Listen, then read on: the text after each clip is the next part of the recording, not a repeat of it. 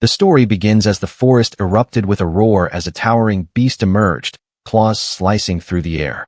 By the campfire, a man sat calmly while a girl froze in shock. Another man gripped his sword, facing the raging monster head-on. The man by the fire in a crimson cloak curiously asked his companion if monsters' meat truly tasted good. His inquisitive tone made the little girl beside him pause in thought, while he himself calmly enjoyed his well-grilled fish. His companion, the man wielding a sword, affirmed but irritably shouted Hiiro's name for help while struggling against the beast alone. With a reluctant sigh, Hiiro rose to his feet, his crimson cloak fluttering as he prepared to join the battle. Sparks crackled as Hiiro stepped forward, invoking his word magic. Lightning surged through the air as his spell struck the towering beast, dropping it instantly with overwhelming power. The beast collapsed, steam rising as Hiiro's magic ended the fight. One man muttered how odd his spells always were, only for Hiiro to demand the meat be cooked. Annoyed, his companion shouted while the girl called to calm her uncle. Miur clenched her fists and declared fighting was bad, leaving the armored man stunned. Moments later, his irritation melted into a teasing grin, calling her cute when mad, making her mutter softly in embarrassment. Unfazed, Hiiro kept eating, ignoring the tension. Without looking up, he coldly told his companion to hurry up, mocking him with the insult, Lulakan. The armored man froze, while Miur nervously asked Hiiro not to get involved. Hiiro paused, reflecting he'd grown good at fighting monsters, though much of it still felt unbelievable. Sparks danced around his clenched fist as he realized how long it had been since everything began. Hiiro closed his eyes, recalling he'd been summoned to this other world, a distant reality he still struggled to fully accept. His mind drifted back to when it happened. The moment he was dragged into a different world filled him with confusion and unease, marking the day his reality began to change. A summoning ritual reached its peak, the magic circle glowing brightly. Knights gasped in awe as one declared success and another praised the princess, saying she had finally done it. The princess clasped her hands, whispering yes with trembling relief. After countless attempts, she had succeeded in calling them, her expression calm but filled with quiet determination. As the summoning light faded, 5 figures knelt on the glowing runes. Magic lingered in the air as the knights welcomed the heroes. The princess exhaled in quiet relief at her long-awaited success. The 5 students finally regained their senses. Taisher asked Chika if she was okay, and Chika asked where they had ended up. Confused, Taisher called out to Shuri and Shinobu, who answered and said they were okay. The princess thanked them for answering the summoning and welcomed the heroes. The 5 exchanged startled looks, struggling to process her words, while Hiiro's thoughts lingered on heroes and summoning. Seeing their stunned expressions, the princess bowed, apologizing softly. The 5 students stood silent, their blank stares showing they struggled to grasp what was happening. The princess assured them the king would explain everything and asked them to follow her. Hiiro touched his chin thoughtfully, realizing this wasn't a dream. Hiiro glanced around, tense. This wasn't Japan.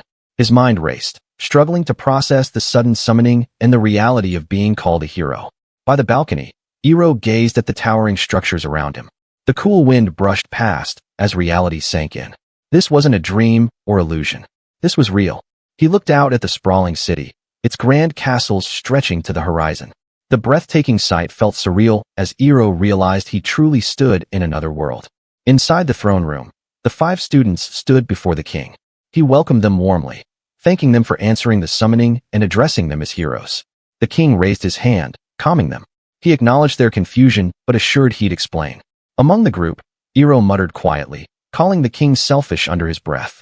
The king began his explanation, revealing that they were currently in the human kingdom of Victorious. He further explained that this land was part of Edia, a world inhabited primarily by humankin.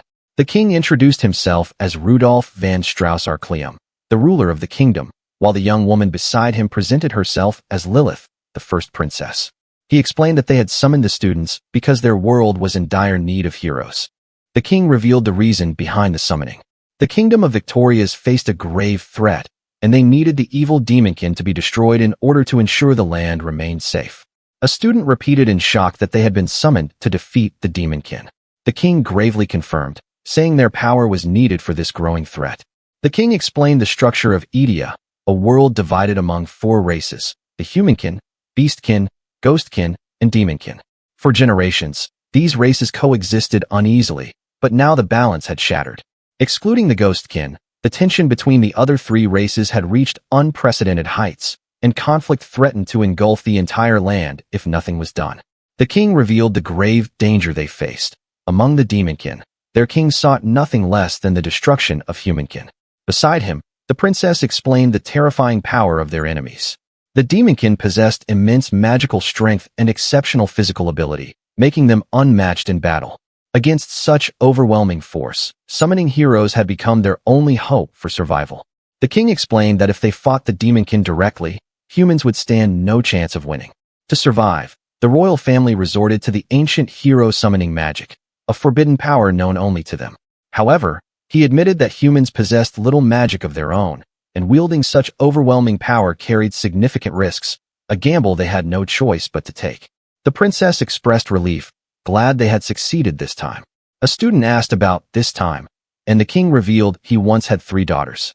The king shared the tragic truth. 2 of his daughters attempted the ritual before. One died, and the other fell into a coma. Gasps filled the hall at their sacrifice. Hiiro's gaze hardened as he pieced together the king's words.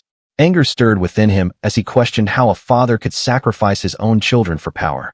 A student stepped forward, confirming if defeating the demonkin would protect the country's people, seeking assurance about their purpose. The king first confirmed, saying it was exact.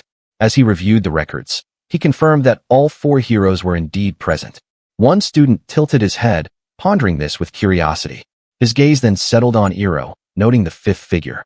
Confusion crossed his face as he silently wondered why there were 5 when the document stated only 4 heroes. Noticing the unexpected 5th figure among the summoned, the king addressed the matter, while the princess, though uncertain, quietly affirmed her assumption that they were all heroes. The king instructed the summoned students to focus on the word status within their minds. By doing so, he explained, they would be able to check their powers and abilities immediately. One of the students quietly muttered the word to try it out. Glowing panels appeared. A student gasped, seeing Hiiro in the title column. Another confirmed theirs matched, and the rest realized it too. They were all truly summoned as heroes. Hiiro studied his glowing panel, reading his stats carefully. Seeing levels, HP, and MP, he concluded this world functioned like an RPG. The princess explained the text and language were automatically deciphered, allowing seamless understanding of this world and their conversations. The king turned his attention to the lone boy apart from the group, questioning how he arrived there. Hiiro stayed silent, his expression unreadable. Breaking the silence, Hiiro calmly declared he was not a hero. Shock rippled through the room, freezing everyone in disbelief. Startled, the king demanded to know what Hiiro was, speculating if he was a mage or sage. The princess frowned, noting nothing in the documents mentioned this. Hiiro sighed silently as the king questioned his title, remarking he didn't seem experienced in battles. The king tilted his head, catching Hiiro's faint mutter but unable to understand it. He leaned forward curiously. Hiiro stood composed, declaring his title as Innocent Bystander. His answer left the entire room frozen in confusion. The princess softly echoed innocent, while the king repeated bystander, under his breath. Taisha finally realized it was connected to a previous incident. Taisha recalled the moment back in the classroom, remembering how Hiiro had gotten mixed in while they were talking. Hiiro calmly explained he was just an ordinary person dragged in by coincidence. He remarked he only got mixed up with these guys. One student snapped, demanding what he meant by these guys. Hiiro clarified in a composed tone that the ones meant to be summoned into this world were only the 4 heroes, and that he had no connection to the situation. He then calmly questioned how they planned to correct the mistake of bringing him here. Hiiro remarked that their families back home must be worried. The 4 students exchanged uneasy glances as he added they were summoned purely for the kingdom's convenience. Hiiro crossed his arms, stating he shared no bond with the 4 students and didn't particularly care about them, making his indifference clear. Frustrated, Taisha demanded if their time as classmates meant nothing to him, disbelief and anger in his voice. Hiiro met his classmates' anger with an unshaken gaze, his tone cold and detached. He reminded him that their placement in the same class was decided by the school, not by choice. They had never spoken since then, and to Hiiro, any so-called bond between them was virtually non-existent. Turning to the king, Hiiro firmly stated the 4 heroes were the ones summoned, questioning if they truly expected him to fight Demonkin. The king hesitated, caught off guard. Hiiro calmly asked if returning to his world was possible. The king explained that only the Demonkin king possessed knowledge of such magic. Taisha suggested defeating the Demon King to solve everything. Hiiro glared, questioning why they would need to take him down at all. After a pause, the king admitted Hiiro was correct, reluctantly agreeing with his reasoning. The king reassured them the country was magnificent, and from now on they were considered family. One student voiced concern for loved ones back home, but subtly excluded Hiiro. The princess eased their worry, confidently telling them not to fret over their families. Then, with a calm expression, the princess revealed a devastating truth. All records of their existence were erased from their original world. To that world, it was as if they had never lived. The students froze, faces pale and eyes wide. Their existence erased, they struggled to process the shocking revelation. One girl trembled, muttering they'd never existed, while another tried to calm her. The princess explained the world's continuity was maintained as if nothing had changed. The princess reassured them with a gentle smile, saying if they returned, everything would go back to normal as though nothing happened. Hiiro stood silently, suspicion darkening his gaze. He doubted their words, believing the explanations were lies to keep them compliant. Hiiro's eyes narrowed as he accepted he couldn't return to his world, at least not yet. With quiet resolve, he decided he didn't mind. A memory surfaced. The violent car crash that claimed his parents' lives and left him an orphan, carrying pain that never faded. After losing his parents, Hiiro drifted from place to place, growing used to solitude. Deep down, he believed he could live anywhere because he had no true home. Inside the castle, a student agreed with Okamura, pointing out how suddenly they had been called to this unfamiliar world. There was voiced frustration, calling their sudden summoning inconsiderate and selfish. But still, the four students stood united, determination shining in their eyes. Their shared history of MMORPG teamwork gave them courage as they faced this new reality together. Excitement shone as one voice rang out with a confident yeah. Another recalled how just earlier, life had been ordinary, with plans for a simple classroom field consultation. The brunette girl smiled brightly, lifting a finger playfully as she declared it was perfect timing, easing the tension with her cheerful confidence. The old king gazed at the youths, reassured that they were up to the task. Their determination rekindled his hope that they could rise to the coming challenge. Hiiro Okamura turned from the group, declaring he would move on his own. Shock rippled among his companions as one called his name, but he walked away with unwavering steps. Okamura raised his hand sharply, stating he had no obligation to this country and no reason to fight. He was not a hero and wouldn't walk their path. Okamura dismissed their expectations with a sharp wave of his hand. He began reiterating he had no reason to fight and wouldn't follow the same path as the heroes. Hiiro admits he can't change the fact that he was summoned here and notes how different this world is from his own. He asks if he can spend his time however he wants, and the old king agrees. Hiiro then walks off casually bidding them goodbye. One of the students shouts urgently, calling out for Okamura to wait and stop walking away. The student grabs Hiiro's arm tightly, shouting angrily and demanding if he can even call himself a man. Hiiro turned to him sharply. As the student shouted about the people bowing their heads and demanded they help, Hiiro narrowed his eyes, his single-word response carrying quiet defiance, questioning the very demand itself. Hiiro swiped the hand away, coldly refusing to help. Taisha froze in shock, but another student stepped in, telling him to leave Hiiro be since they didn't need him. One girl dismissed Hiiro with a laugh, saying he didn't really matter, while the other hesitated awkwardly, unsure how to respond. Taisha compared their situation to a game, but admitted it felt as real as life itself. He concluded that Hiiro would be putting his life at risk. One of the girls pointed out that while they were summoned as heroes, Okamura was just a normal person. She urged the others to consider how he must feel about all this. Realizing the point made, Taisha hesitated before agreeing. He suggested they proceed with only those willing to volunteer. Hiiro closed his eyes and stepped back, calmly deciding to withdraw from the matter. Taisha turned away, dismissing him with a sharp remark, wishing him good luck. The princess hurried toward Hiiro, her steps quick and uncertain. Flustered and remorseful, she lowered her head deeply, apologizing with all her heart. Hiiro walked away without looking back, his voice calm and distant as he told her not to worry about it.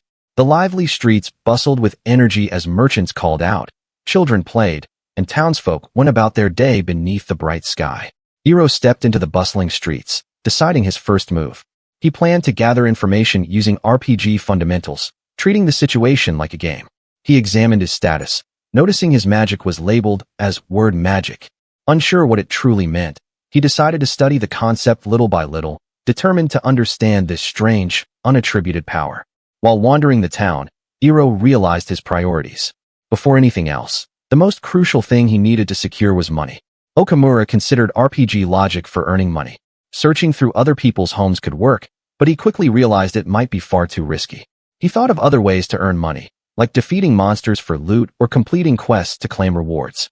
Hiiro pondered his options, realizing that to take on quests and earn rewards, he would likely need to join a guild. Hiiro walked through the bustling streets, deep in thought. He considered joining a guild, but realized he didn't even know if such organizations existed in this world. As he pondered, something unusual caught his attention, pulling him from his thoughts. Hiiro spotted a cloaked figure seated behind a table, a crystal ball glinting faintly in front of him. Realizing it was a fortune teller, Hiiro's curiosity was piqued. The hooded woman's lips curled into a sinister grin as she offered her services, inviting Hiiro to learn his fate. Hiiro refused the fortune teller's offer, stating he had no money, while the hooded woman chuckled ominously behind him. The fortune teller leaned closer, smiling slyly, sensing Hiiro's hesitation, and hinted that he seemed to have a question he wished to ask. The hooded woman grinned menacingly, letting out a low, unsettling laugh as her eyes locked onto Hiiro. Hiiro froze as the hooded woman's words cut deep, exposing his hidden truth, that he isn't from this world. In his thoughts, Hiiro wonders if this strange encounter marks the true beginning of his adventure, and what the true nature of this mysterious elder is.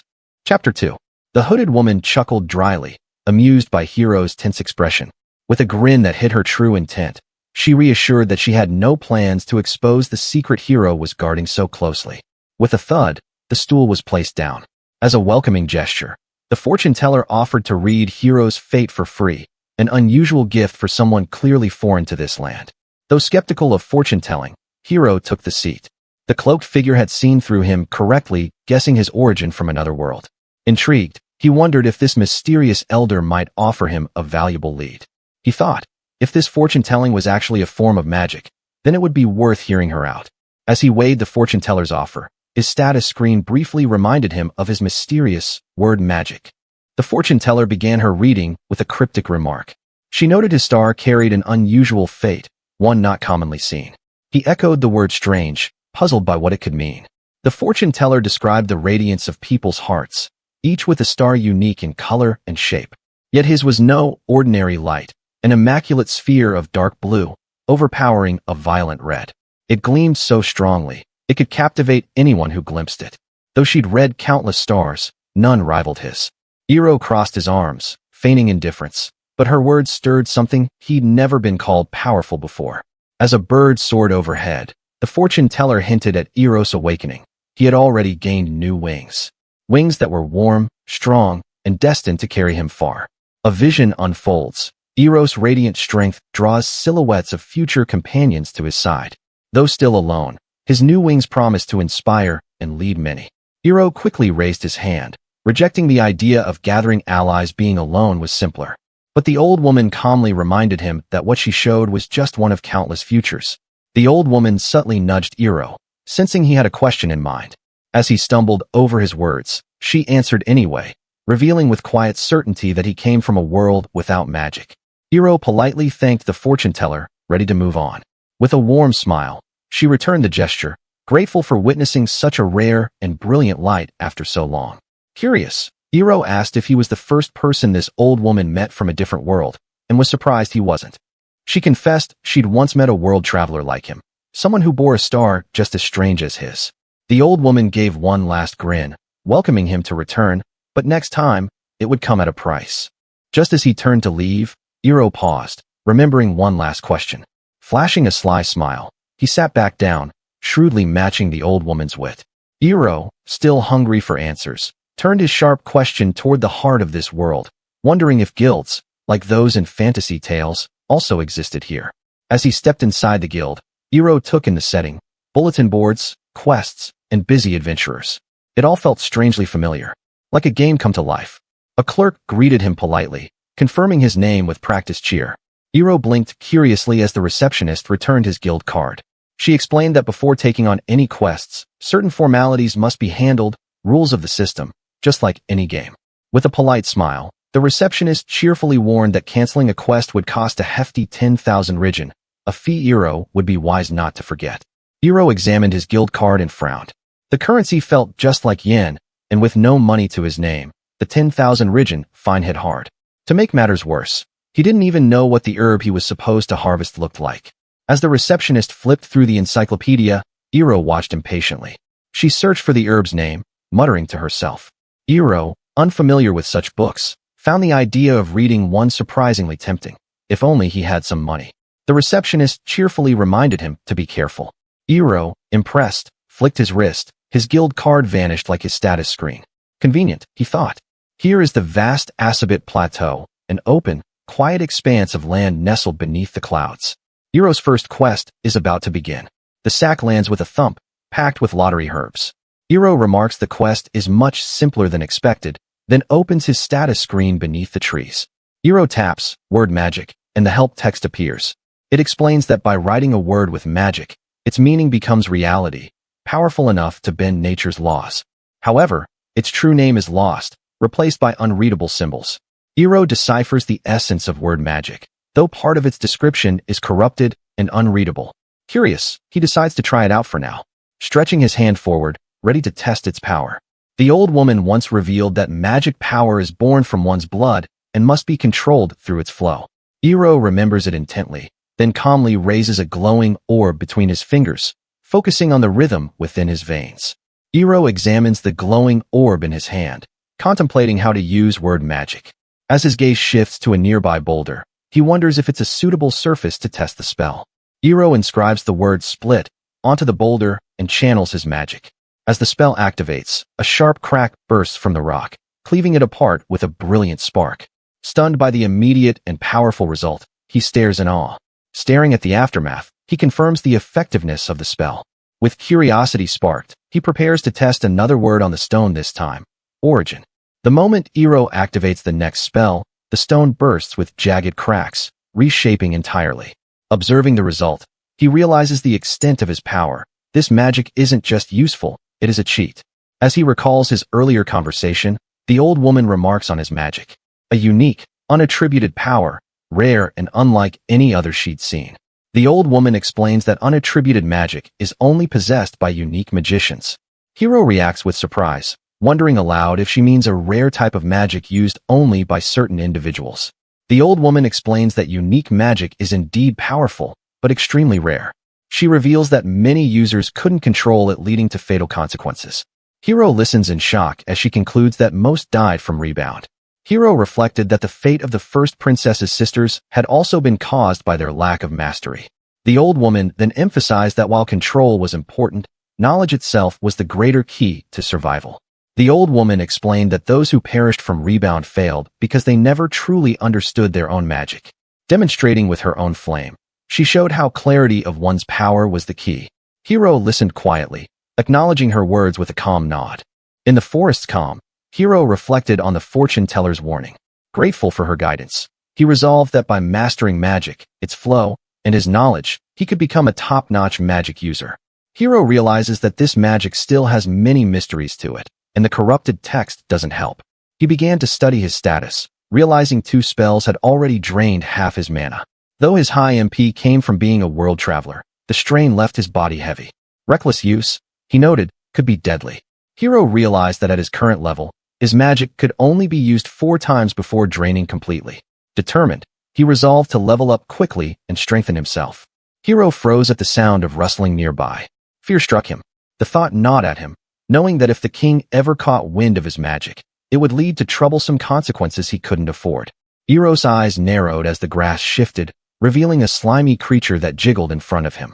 Recognition flickered across his face briefly as he pondered if it was what he thought it would be. Hiro stumbled upon a slime, its body jiggling softly in the grass. Just as he approached, the creature suddenly bent and sprang into the air. His eyes widened in shock as the harmless-looking blob revealed a startling burst of speed. Hiro turned sharply, realizing the slime's movements left him no choice. With a mix of irritation and disbelief, he braced himself, muttering at the thought of actually having to fight now. The slime lunged unexpectedly, its body slapping against him with surprising force. Hiro staggered back, thrown off balance, and slid hard across the ground, gritting his teeth in shock. Clutching his side, Hiro realized how real the pain felt despite only losing a small fraction of his HP. If struck several more times, he knew it would be enough to kill him. Determined not to fall so easily, Hiro steadied himself, channeling magic into his fingertip as the slime closed in, ready to strike back. Hiiro dodged swiftly as the slime lunged again, repeating the same attack. Its persistence surprised him, forcing him to stay sharp for the next move. With fierce determination, Hiiro channeled his power, calling upon his word magic as the energy surged, ready to be unleashed. Hiiro etched the word blaze into the air, and the moment it formed, flames erupted violently, consuming the field in a surge of fire. Hiiro marveled at the blazing aftermath, realizing his magic could conjure something from nothing and alter the world itself. As he studied the charred ground, curiosity stirred. He couldn't help but wonder how such overwhelming power would be reflected on his status panel. After earning his first victory against a slime with word magic, Hiiro resolved to rely less on his cheat ability. Determined to test his own strength, he wondered what kinds of monsters awaited him next on this unpredictable path. Hiiro has now returned to the guild and claimed his quest reward. He briefly notices how unusually cute the receptionist girls were. After finishing his quest, Hiiro stopped by a diner, where a steaming bowl of seafood soup was served before him, its aroma rich and inviting. At last, the steaming bowl of seafood noodles was set before Hiiro. With one sip, his eyes widened in shock as the flavor burst across his tongue, so intense it made his very body rumble in response. The first sip left Hiiro stunned. Rich broth packed with seafood slid smoothly down his throat. Even with just the soup, it already felt like a perfect dish, leaving him eager to test the noodles next. As he slurped the noodles, Hiiro paused. There was something unusual kneaded into their texture, hinting at a hidden richness beyond ordinary flavor. The taste revealed its secret mashed fish woven into the noodles. Waves of seafood flavor rushed through him, overwhelming yet addictively delicious. Hiiro noted the seafood noodles were cheap at 450 rijin and almost tempted to order more. But with lottery herbs to gather tomorrow, he restrained himself, determined to save money. Refreshed from the meal, Hiiro stretched, feeling his body light and his status fully restored. With a satisfied grin, he set out to find an inn for the night. Under the quiet night sky, Hiiro set his resolve. Tomorrow, he would focus on earning money and leveling up to strengthen himself further. The next day arrived, and deep within Courier Forest, the air was filled with the sharp sound of slashing as the hunt for monsters began. Hiiro roamed the forest with his blade in hand, the beeping of his status confirming his growth. Having reached level 3, he felt satisfied, knowing he was steadily leveling up. As Hiiro wandered deeper into the forest, he noted that only slimes appeared, while the goblins he was tasked to subdue remained unseen. Unbeknownst to him, something sinister watched from the shadows. Hiiro had grown accustomed to wielding his weapon, though fighting endless slimes was wearing him down. Just as boredom set in, a shadowy figure loomed behind him, weapon raised to strike. The ground crumbled where the attack had landed, debris scattering as Hiiro narrowly evaded the strike, realizing just how close he was to being crushed. At last, a goblin revealed itself, snarling with a crude club in hand. Hiiro steadied his blade, questioning if this anthropomorphic monster would be killed by him. The goblin lunged forward with a furious roar, club raised high, while Hiiro braced himself with his blade ready for the clash. The goblin roared a second time as its club clashed against Hiiro's blade, the force grinding down hard while sweat beaded across his face. The goblin was struck hard and sent sliding across the ground, clawing at the dirt to regain balance after Hiiro's fierce counter. With fierce determination, Hiiro dashed forward, blade in hand, declaring his resolve to continue living in this world no matter what. Hiiro's blade cut clean through, the goblin collapsing with a twitch and a splatter of blood. He hardened his resolve, telling himself it was just another stepping stone, though deep down, it didn't feel right at all. Hiiro turned sharply, realizing the noise from his earlier fight had drawn attention. Behind him, a horde of goblins emerged from the forest, growling as they lined up, weapons raised and eyes locked on their new prey. As the goblins charged forward with furious roars, Hiiro calmly lifted his glowing finger. He saw them as the perfect chance to test the true power of his magic. With a sharp motion, Hiiro unleashed his word magic, needle. The written word blazed, and countless spikes erupted from the ground, piercing through the goblins in an instant, their cries echoing as the magic tore into them. The goblins closed in with heavy stomps from every side, yet Hiiro raised his glowing finger without panic. He carved the word extend. Acknowledging that a situation like this would eventually occur, he resolved to face it head-on. With a swift motion, Hiiro unleashed his word magic, extending his strike far beyond reach. The force cut through the goblins in a clean wave, splitting everything in its path as the ground echoed with the shock of his power. Surrounded by the fallen goblins, Hiiro stood with his blade lowered, the battlefield painted in blood. Though victorious, the sheer toll of his word magic weighed on him, leaving him mentally drained. Hiiro reflected on the scene before him. Slimes hadn't stirred much within him, but facing monsters with human-like forms felt closer to a massacre. He had always believed himself detached, and yet, this was the undeniable reality. Hiiro lowered his gaze, lost in thought, as the faint sound of scraping steps approached from behind. The quiet tension weighed heavier than the battlefield itself. Surrounded by goblins and slimes, Hiiro steadied his blade. He realized he just needed to keep fighting until the feeling became second nature, daring his foes to bring it on. With fierce determination blazing in his eyes, Hiiro raised his blade and challenged the monsters to keep coming until the weight of battle became second nature to him.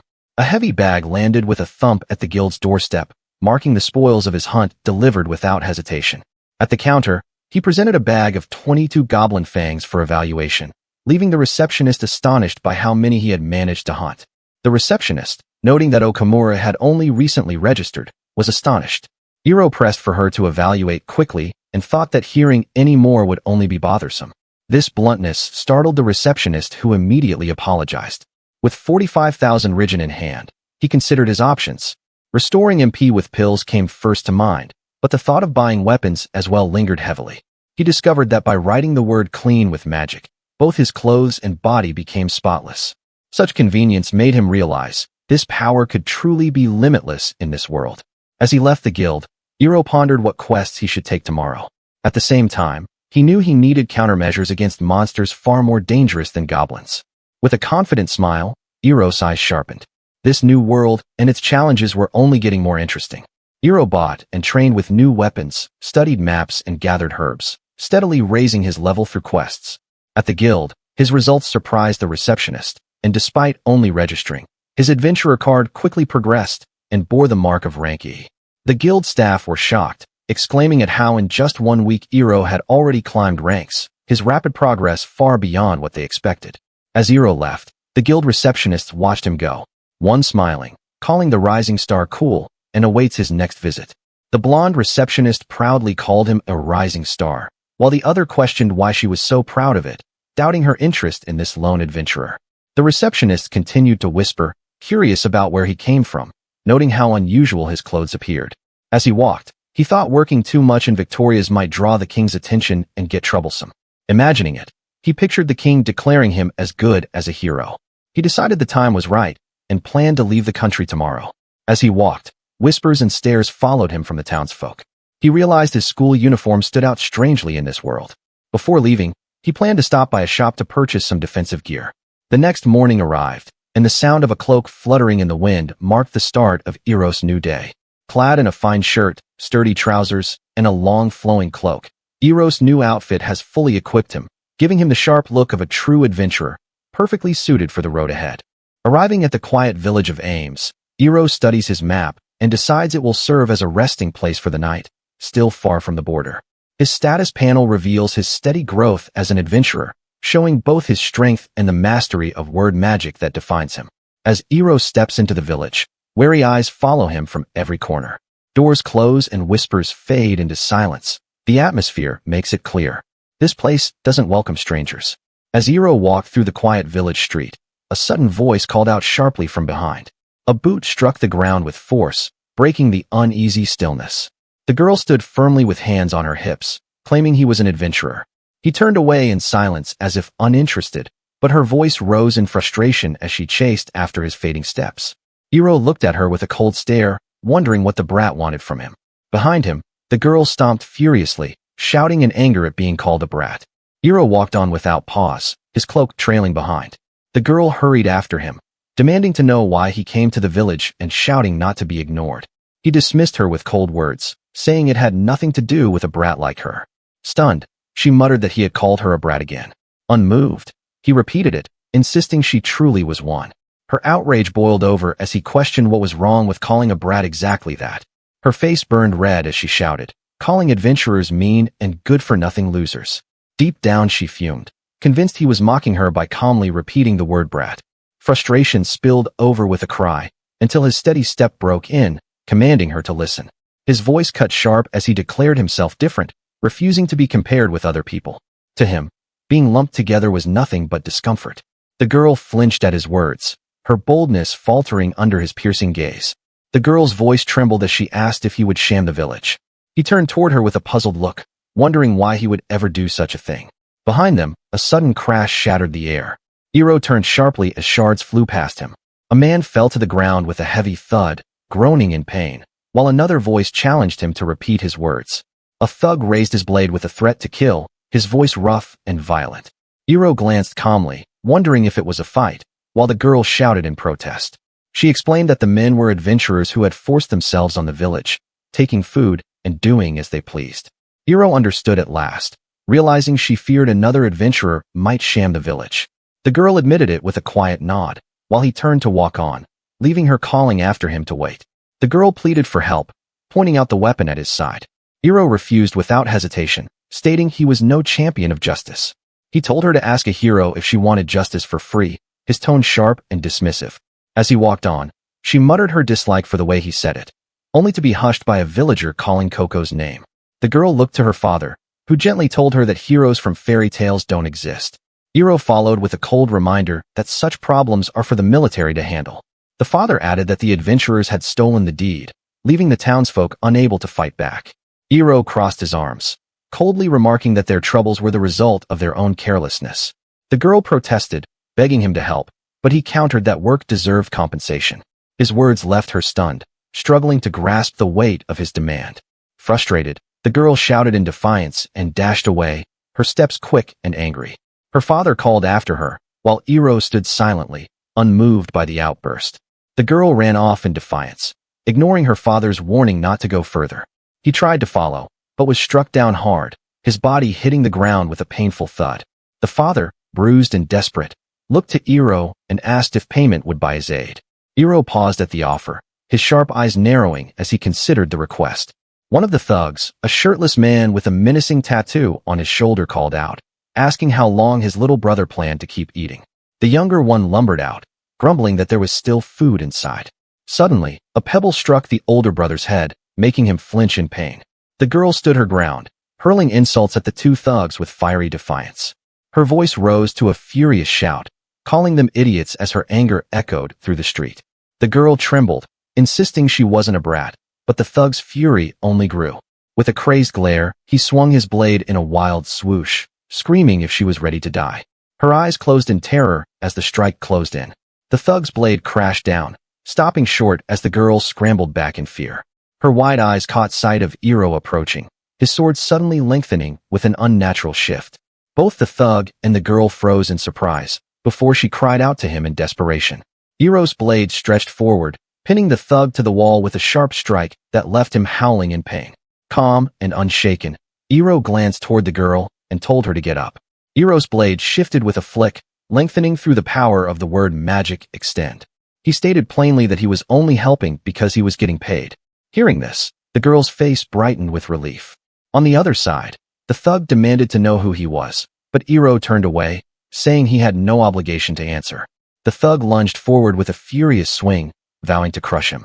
But in a swift blur, Hiiro closed the distance, his blade slashing with precision. Shock spread across the thug's face as he realized just how fast his opponent truly was. The thug staggered, muttering in disbelief before collapsing with a heavy thud. Hiiro lowered his blade, remarking that his foe was nothing special. From the side, the girl watched nervously, asking if the man was dead, only to be assured he was merely unconscious. The ground shook lightly as the younger brother lumbered out, puzzled by the scene before him. He noticed his sibling lying unconscious and scratched his head in confusion, muttering in wonder at what had happened. Hiiro's eyes narrowed, quietly taking in the newcomer. Hiiro struck swiftly, his blade biting into the thug's body with a harsh screech, only to find the blow blocked. Beneath the man's clothes, a layer of protective gear glinted, dulling the attack. The brute barely flinched, while Hiiro stepped back, realizing brute force alone wouldn't break through.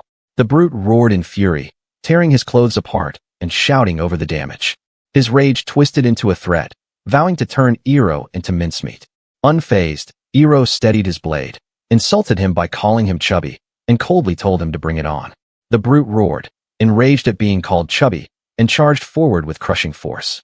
The ground shook with a thunderous whoosh, but but Hiiro met the attack head-on, his blade clashing sharply against the brute's leg. The strike hit with no effect, Hiiro realizing the brute's body was shielded in full armor. Before he could adjust, a massive fist came flying toward him with crushing force. The brute roared and slammed his fist down, shattering the ground with a thunderous crash. Dust and debris erupted, but when the impact cleared, Hiiro was nowhere to be seen, leaving the thug glaring in confusion. The brute froze as Hiiro revealed himself unharmed, standing calmly before him. With a sharp glare, Hiiro invoked his power, eyes fixed in focus as he activated his word magic. The brute stomped forward, only to jolt in pain as his armor began to sizzle. Confused, he stammered, unsure what was happening. Heat radiated off his body, forcing him back as the metal burned. The girl watched in shock, while the brute wondered where the heat came from. Hiiro's magic flared with the word heat. Then, as if scoffing at the brute, he activated the word magic, harden. With a surge of force, Hiiro slammed his hardened fist down, crackling energy ripping through the brute's defenses. The giant roared in agony before crashing to the ground with a heavy bam, the strike leaving him overwhelmed and broken. Smoke hissed from the fallen brute's body as he lay sprawled across the ground. Hiiro stood over him, his strike leaving the armored giant motionless and defeated. As the brute lay defeated, relief swept through the village. The girl and her father watched in wonder, realizing the tide had finally turned. Murmurs of awe turned into joyous cheers, voices rising together under the bright sky. A series of beeping sounds echoed from Hiiro's status panel, showing his experience points had risen from the fight. The father looked on, calling him a remarkable adventurer. Yet Hiiro remained unimpressed, wondering if foes like these truly counted. They were revealed to be the infamous Hirio's brothers, villains known for their skill, though to him their defeat seemed far too easy. The girl marched up to Hiiro, her cheeks red with frustration, and struck his side with a small but fiery punch, leaving him momentarily surprised by her boldness. She demanded to understand why someone so strong hadn't helped from the start. Hiiro brushed off the girl's complaint, reminding them he never acted for free. He explained that he had only stepped in because the old man had made a request, nothing more. Before she could argue further, Hiiro's hand came down firmly on her head, making her yelp in surprise. It was his sharp way of silencing her. Hiiro brushed it off as a one-time thing, earning a chuckle from the old man beside him. Off to the side, the girl grumbled, still rubbing the sore spot on her head. The old man, amused, laughed and reminded him of the promised reward, rare books and good food, and invited him to stop by his shop. Hiiro gave a brief puzzled nod, agreeing without much thought. Soon after, his eyes fell on the sign of a shop marked by crossed swords. Stepping inside, Hiiro's eyes swept over rows of weapons and armor, impressed by the variety on display. From behind the counter, the shopkeeper motioned for him to come closer. The shopkeeper reached beneath the counter and drew out a sheath blade, extending it forward with both hands. He offered it firmly, telling Hiiro to accept it. Hiiro examined the blade with keen interest as the shopkeeper introduced it as the piercer. He went on to explain its origin, recounting how katanas were weapons first crafted by the beastkin, designed for precision and deadly efficiency. The shopkeeper explained further, noting how humankin's swords relied on brute strength, while katanas specialized in speed and precision to cut down prey. But as the blade gleamed in his hand, Hiiro calmly remarked that he already knew all of this. The shopkeeper assured him of the blade's sharpness, explaining that the piercer's true worth lay in its ability to pierce cleanly through anything. As the thin edge shimmered with a sharp sound, Hiiro noted its sturdiness and mused that it was surprising such a strong weapon hadn't already been stolen. The shopkeeper admitted he had hidden the blade away in the basement, knowing his life was at risk if it were discovered. Hiiro noted how different it felt compared to the other goods on display, and the man confessed he had considered keeping it as a family heirloom. Hiiro stared at the weapon, uncertain, and asked if he could really take it. The shopkeeper admitted it was regrettable to part with, but believed it was better suited for Hiiro. As Hiiro reflected, saying he wasn't seeking credit and hadn't fought those men out of choice. The shopkeeper paused in thought before suggesting another option. As he spoke, footsteps drew near, and the girl peeked into the room, curious about what was being discussed. As Hiiro started to leave, the girl called out to him. He sighed, wondering what she wanted this time. She tossed him a small bundle, leaving him momentarily surprised before muttering under his breath, still calling her a brat. In her hands was a bundle of crumbled cookies, offered with a nervous fidget. She insisted it was the reasonable compensation he had asked for. Hiiro raised an eyebrow, holding a piece up and questioning if this was really supposed to be a cookie. Hiiro bit into the crude cookie without hesitation, chewing steadily. The girl flinched nervously, her heart pounding as she asked how they tasted. With a calm glance, he declared that this was the kind of retaining fee he preferred from a brat. Her eyes lit up, stunned by his words. Coco stomped her feet in frustration, shouting that she had a name and demanding not to be called a brat. But Hiiro only kept munching calmly, replying with indifference, as if her anger barely mattered. Coco pointed firmly at him, demanding his name in return. Hiiro let out a sigh, clearly reluctant, but her persistence left him with little choice. Hiiro finally introduced himself as Hiiro Okamura.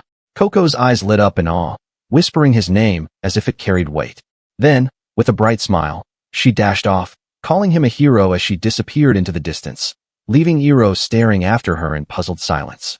Later that night, Hiiro sat on his bed, checking his status panel. He noticed his experience had surged, gaining him 2 levels from defeating the brothers. His stats had risen far more than expected, leaving him staring at the glowing display and suddenly surprised at the new enhancement it unlocked. Hiiro studied the glowing message on his panel. His new title, Awakened One, granted enhancements for world travelers. It added great power at level 20, and each future level up would bring small bonuses. Hiiro's eyes narrowed as understanding settled in. Hiiro studied his glowing status screen, realizing the blessings tied to being a world traveler. Alongside his awakened state came a new magic, air writing. The idea seemed absurd, inscribing words into thin air, but curiosity won. With a focused hand, he began tracing glowing letters of the word, float. Hiiro extended his hand, the glowing word he traced launching forward with force. The characters shimmered midair before activating, lifting objects at a distance. Watching the effect, he realized his new ability was more than just useful, it was a power that could easily be called a cheat. Lying back with a book in hand, Hiiro reflected on his stay in the village. He had gained knowledge, secured a worthy weapon, and gathered more than he expected. With a rare smile, he thought to himself this was truly great. The next morning, the family discovered Hiiro was gone, surprised he left without a word. Outside, the girl clutched a small bundle of freshly baked treats, her eyes downcast as she held back tears, feeling the sting of his quiet departure. Her father gently reassured her that they would surely meet Hiiro again. Wiping away her tears, the girl's sorrow eased into a warm smile, hope shining in her eyes. Inside a wooden chest, a sword rests carefully cushioned, gleaming as though it carries meaning beyond steel. Though Hiiro has departed, what he left behind has become a new heirloom, a token for the village to treasure. Within the castle grounds of Victoria's, the 4 summoned students gathered after training. One stretched her stiff shoulders, another stood tall in priestly robes, while the youngest remained quiet at her side. Taisha rested on the ground, catching his breath. Before them, their knight instructor praised their progress, remarking that they were slowly getting used to their duties. Taisha turned to their instructor, speaking with gratitude. The armored knight, Vale, closed his eyes with a gentle smile, humbly accepting the praise. The 2 students sat together, speaking with ease. Confidence shone in their expressions as they acknowledged the teamwork they had always shared, a bond that strengthened them in their battles. The 2 girls shared their thoughts, one calm and composed, reflecting on the new challenges that proved their growth, while the other winked with lively energy, insisting they keep pressing forward. Taisha collapsed onto the ground with exaggerated weariness, claiming he was worn out. The others stood around him, amused but exasperated, pointing out he was too relaxed. Nearby, someone quietly acknowledged everyone's efforts with a calm smile. By the trees, Princess Lilith greeted the group warmly. Her bright smile carried genuine delight as she pointed out how they seemed to have taken on even more quests lately. Lilith informed the group that the bath had been prepared. Hearing this, Chika pointed at her with gratitude, calling her thoughtful, while Shinobu raised her arms in cheer, clearly excited. Steam rose gently in the bathhouse as the girls relaxed in the warm water. Shuri admired her smooth skin, while Shinobu listened quietly. Chika leaned in, asking if anything strange had happened. Lilith paused in thought as water flowed steadily from the lion's mouth above. Lilith raised her hand thoughtfully, steam curling around her as she recalled a report. She explained that soldiers returning from border patrol had shared something unusual, a detail that still lingered in her mind. Lilith shared what she heard from the soldiers. 2 wanted men had been captured in the village of Ames. The news seemed good according to Shinobu, but the unease in Lilith's tone suggested there was more to it than simple relief. Lilith's tone turned serious as she reflected on the report. Something about the villagers' claim didn't sit right with her, it didn't seem accurate. Shuri, puzzled, leaned in closer, asking what exactly she meant. Lilith recalled the villager's words, a black-haired hero in a red robe, wielding strange magic that could extend his sword, and had a very arrogant attitude. Shuri quietly pieced the details together and looked carefully at Chika. Chika dismissed the idea, refusing to believe that the rotten glasses guy would ever go out and save people. Shuri only smiled, teasing her for exaggerating. As the girls soaked in the bath, Shinobu wondered aloud what truly happened in the village and where the black-haired hero could be now. At that very moment, far away, Iro let out a sudden sneeze, unaware he was the subject of their thoughts. Iro checks his updated status screen, now standing at level 20 with sharpened stats and new abilities unlocked. With the border still far ahead, his next destination is the Torchu mountain range. The path promises new trials, perhaps even new faces awaiting him in the dangerous zone ahead. Iro's stomach growled as hunger set in, making him regret not buying more supplies from Ames. Just then, his eyes caught a patch of strange, fruit-like plants. Thinking they looked edible, he plucked one from the ground, only to reveal a bizarre creature with a face staring back at him. The moment Iro yanked the strange plant from the ground, it let out a blood-curdling scream, shocking him completely. What he thought was food turned into a shrieking creature. Iro bolted through the wilderness, chased by a pack of furious beasts. The harmless-looking plant he pulled turned out to be a Torchu disaster plant. As he ran, he recalled the warning from the guild, something he clearly should have remembered sooner. At the guild, the receptionist had warned Iro of Torchu disaster plants. Once plucked, they screech and draw monsters near. Her odd imitation felt silly then, but with beasts chasing him now, Iro realized it was all too real. The receptionist warned that these plants' screams were similar and loud, and now Iro cursed himself for being careless enough to forget such a warning. Still amused by the chaos, Iro declared this world truly interesting. With a swift stroke, he unleashed his word magic, smoke, summoning smoke that engulfed the approaching monsters. As the monsters writhed in the smoke, Iro calmly cast haste and slipped away. Though confident he could have defeated them, their sudden swarm had left him momentarily bewildered. Exhausted and hungry, Iro suddenly caught the scent of food drifting through the air. His stomach growled as he followed it, the rustling bushes ahead hinting at something, or someone, waiting beyond. The rustling led him to a small campfire by the river, where a fish roasted over crackling flames. Iro's stomach growled louder, his eyes fixed on the meal as he glanced around, debating whether to approach or claim it for himself. Just as Iro reached for the roasted fish, a thunderous crash shook the ground.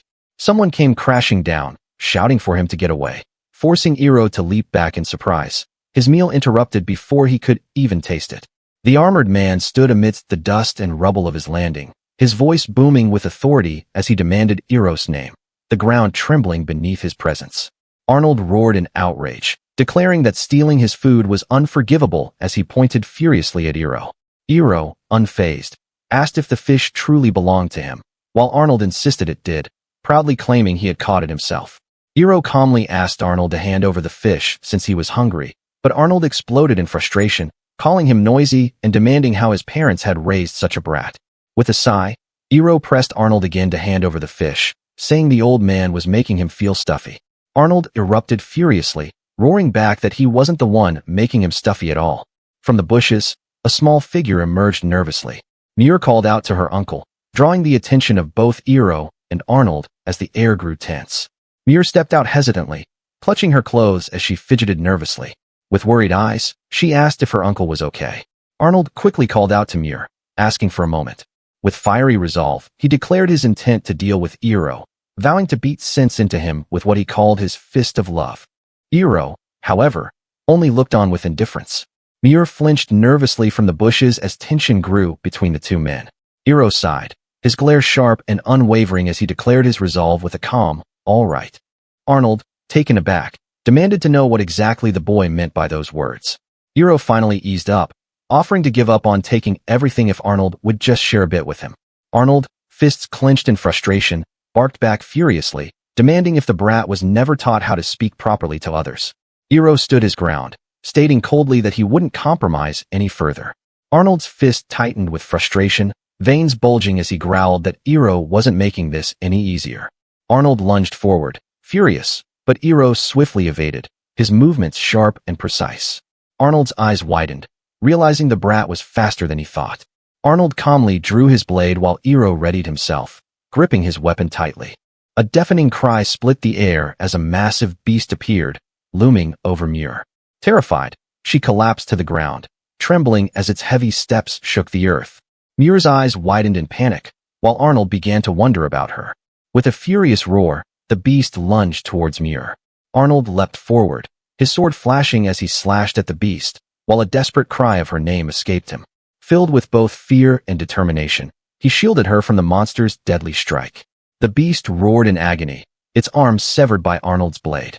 Standing firm between the monster and Muir, he demanded to know if she was safe.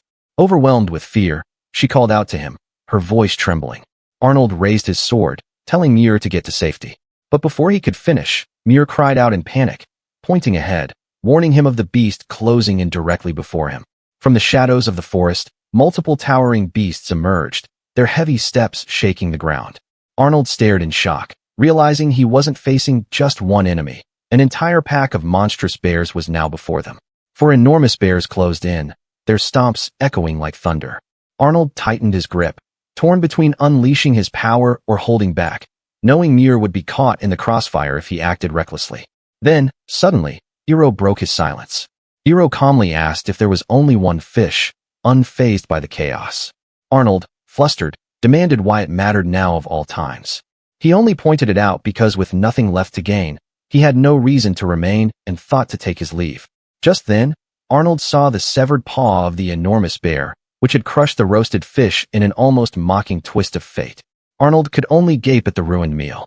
Locked in battle, he parried the beast's relentless strikes, his blades ringing with fury. Even as he fought, the absurdity gnawed at him. Their only meal had been lost in the most ridiculous way. As Arnold clashed with the rampaging beasts, his strength straining against their might, Hiiro watched with arms folded, dismissive as ever. Calmly, he remarked that it looked tough, urging the old man to do his best. Arnold roared in frustration, demanding help, but Hiiro only waved him off. Hiiro's cold refusal cut through Arnold's plea. Working for free was out of the question. Yet with a sharp glint in his eyes, he added he might consider helping if there was still fish left for him.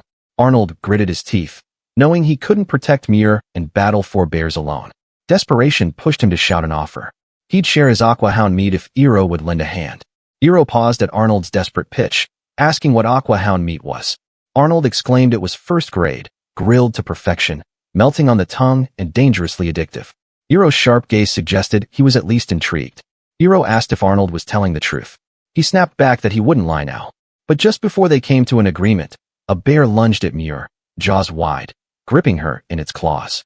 The beast was about to hurl Muir to its mouth when its body froze mid-strike. A glowing word, paralyze, flared. Sparks crackled, and Arnold rushed toward her to catch her fall. Yet it was Hiiro who swiftly scooped Muir into his arms, his voice urging her to stay calm as the chaos raged around them. Muir's sharp gaze fixed on Hiiro as he told her to stand properly or step aside. Flustered, she nodded quickly, realizing she was in a daze.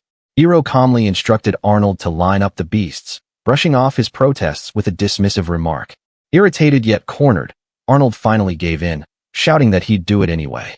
Arnold raised his sword with a fierce shout, warning Hiiro to step back if he didn't want to get caught up. As the beasts rustled closer, his eyes sharpened, ready to unleash his strength. Hiiro marveled at Arnold's wind technique, impressed by its power despite sensing no magic from it. As Arnold launched the beasts into the air with a roaring gust, Hiiro followed up by unleashing his own word magic, extend, the clash of their abilities overwhelming the battlefield. Hiiro's word magic pierced through the rampaging beasts, skewering them as if on a spit. With a sharp glint in his eyes, he announced with pride, he is serving one skewer of barbarous bear right up. With the battle ending, Hiiro examined his katana, remarking how it pierced as easily as tofu.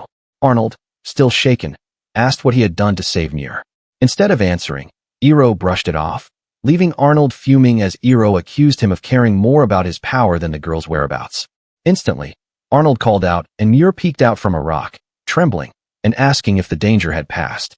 Hearing her voice, Arnold rushed to her side in a panic, clutching her tightly and frantically asking if she was hurt. Flustered, she reassured him that she was fine. Arnold sank to the ground, exhausted but relieved that Muir was safe. Hiiro stood firm, reminding Arnold to keep his promise. Arnold, still catching his breath, looked up in confusion, unsure what promise he had made. Arnold, half joking, asked if he had indeed promised to share the tasty monster's meat with Iroh, but the humor fell flat. A dark aura flared behind Iroh as he radiated irritation, his fury sparked entirely by the mention of meat, leaving the warrior to explain he was kidding. Arnold apologized to Muir, uneasy about letting her eat the meat here. Muir, however, reassured him with a gentle smile, reminding that she had been saved by Iroh. To her, the taste of food was far richer when shared together. Arnold was moved to tears, clinging tightly to Muir and praising her for being such a good kid. With a cold glare, Iroh ordered them to hurry, declaring his hunger. Overwhelmed, the uncle scrambled to start preparations, while being taken aback by Iroh's sour attitude. The dish was finally presented, steaming and glistening with rich sauce. Arnold, face set with determination, steadied himself. Beside him, Muir closed her eyes in quiet anticipation. Iroh's piercing stare declared one thing. Now, the feast begins. Iroh's chopsticks snapped down as he took his first bite. In an instant, the atmosphere shifted as the energy around the table surged like a roaring wind. The meat melted off Iroh's tongue and disappeared completely, the taste so vivid it brought forth visions of angelic cats rising in brilliance. The sauce added a hint of sourness, giving the meat a lighter flavor that increased his appetite, making the meal feel almost divine. The warrior, sweat dripping as he savored the meal, boasted of its origin, aqua hound thigh meat, the most delicious cut of the beast, even good enough to kill for. Between bites, he couldn't help but praise Muir's sauce as fantastic, elevating the dish even further. Iroh glanced at his plate, his tone sharp as he asked if she had made the sauce. Flustered, Muir stammered but admitted proudly that she had. With a shy smile, she explained it was a special sauce crafted from Alti fruits. With a calm smirk, Iroh praised Muir, calling her his servant. Muir glowed with happiness at his words, but her uncle froze in shock. Outraged in thought, yet too fearful to oppose, the warrior forced himself to agree, nodding stiffly while unease lingered behind his eyes. The warrior casually tried to break the silence, asking for the boy's name. But Iroh, unyielding as ever, demanded the man give his own first. Irritated by the cheeky response, the warrior could only grit his teeth, muttering that the kid was a real piece of work. With a proud grin, the man introduced himself as Arnold Ocean, both an adventurer and a cook. Iroh, unfazed, noted that it explained the quality of the meat they had just eaten, acknowledging his role with a calm observation. Muir also shyly introduced herself as Muir Castler. Iroh, seated calmly, asked if she had been kidnapped, which made Arnold angry and defensive, quickly denying it. With a strained tone, he explained she was simply someone he had taken in from a village he visited. Arnold wrapped an arm proudly around Muir, declaring her as his daughter now. Muir leaned gently against him, her expression soft. Arnold's tone wavered uneasily, masking his nerves with a forced smile. Iroh, unimpressed and detached, thought to himself that the two clearly had their own circumstances, but he had no real interest in them. Turning to Iroh, Arnold tried to shift the focus, asking who he was. Iroh introduced himself as an adventurer and reader, but Arnold dismissed the latter as just a hobby. With a sharp glance, Iroh asked if that was a problem. Muir laughed, and Arnold quickly shifted, praising how cute her laughing face was. Iroh's blunt remark implied Arnold was into little girls, leaving the warrior outraged and roaring in denial.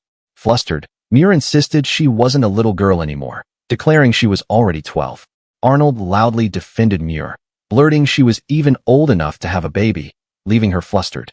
Iroh calmly noted she was different from his first impression, while Arnold scoffed it was only natural for Muir to act differently around him. Arnold barked back that anyone would act differently if a food thief with a bad attitude suddenly appeared. Iroh, unfazed, placed a hand on his blade, coldly warning if he wanted to become rust on his katana. Arnold shouted with fiery resolve, declaring he'd do anything to protect Muir, even eat poop if he had to. Iroh, unimpressed, warned that if this was truly his resolve, it could very well mark the end of the line for him as a human, unless... The air grew heavy as Iroh sat calmly on a rock, questioning if Arnold's bold words were some kind of beastkin joke. Arnold and Muir froze in shock, their bodies stiffening under the sharp weight of his remark. Iroh pointed calmly, revealing what the others tried to keep hidden. Arnold tensed, gripping his fist in unease, while Muir spun in shock as her bushy tail was exposed for all to see. Arnold, flustered, backed away in panic and Muir stammered out an apology. Iroh, unshaken, pointed out that the tail already revealed her beastkin identity, and the hat was only there to hide her animal ears. Muir clutched her hat nervously, her face tense. Arnold admitted the truth, acknowledging Muir as one of the beastkin. Muir hid her face beneath her hat in shame and insisted that they weren't doing anything wrong. Arnold bowed desperately, begging Iroh not to reveal Muir's secret. But Iroh, unfazed, dismissed the plea. He had no reason to care whether the midget was human or beastkin, leaving Arnold stunned by his indifference. Iroh flipped through a book with calm detachment, remarking that worrying over such trivial matters was pointless. To him, focusing on things like books or food was far more important than caring about the fact that beastkin lived among them. Arnold burst into laughter with Muir giggling beside him, but Iroh, unfazed behind his book, coldly warned he'd stab them if they kept looking and laughing at him. Arnold scratched his head with a sheepish grin, admitting Iroh was right. Detached, Iroh continued to read his book. Arnold revealed he was a beastkin as well, showing his tail with a smirk. He explained they had plans to return beyond the border to the beastkin's continent. Iroh observed him silently, snapping his book shut in thought, while Arnold intrigued him with the question of why he had no animal ears. Arnold sat down, offering to share more if Iroh was truly interested, hinting it was a story tied to humans. Iroh's sharp gaze lingered on him, unimpressed, his brief response showing little more than mild curiosity. Arnold revealed the harsh truth. His beastkin ears had been stolen long ago, back when he was a slave. Muir's expression turned heavy with sympathy as his past came to light. Iroh questioned the word slave, unfamiliar with its weight. Arnold, stroking his chin, explained that it was a practice officially abolished, something someone of Iroh's age might not even know. Arnold began to explain how, in the past, when beastkin lacked strength, titles, or political power, humans devised slavery to oppress them.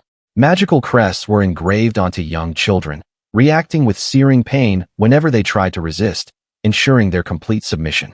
Dark splatters cover the scene as Arnold reveals the brutal truth. His ears were ripped off before he was sold, all because he had a flaw, a bug that infested on his ears, rendering him unfit for sale. Iroh, studying him closely, remarked with indifference.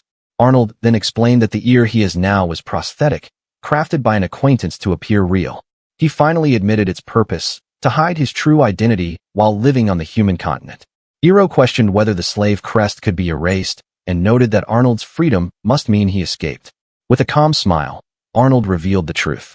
The crest vanishes on its own when the master dies. Iroh asked if Arnold had been the one to break free, but he admitted he couldn't do anything. Instead, he revealed that a sympathetic human had been the one to save them.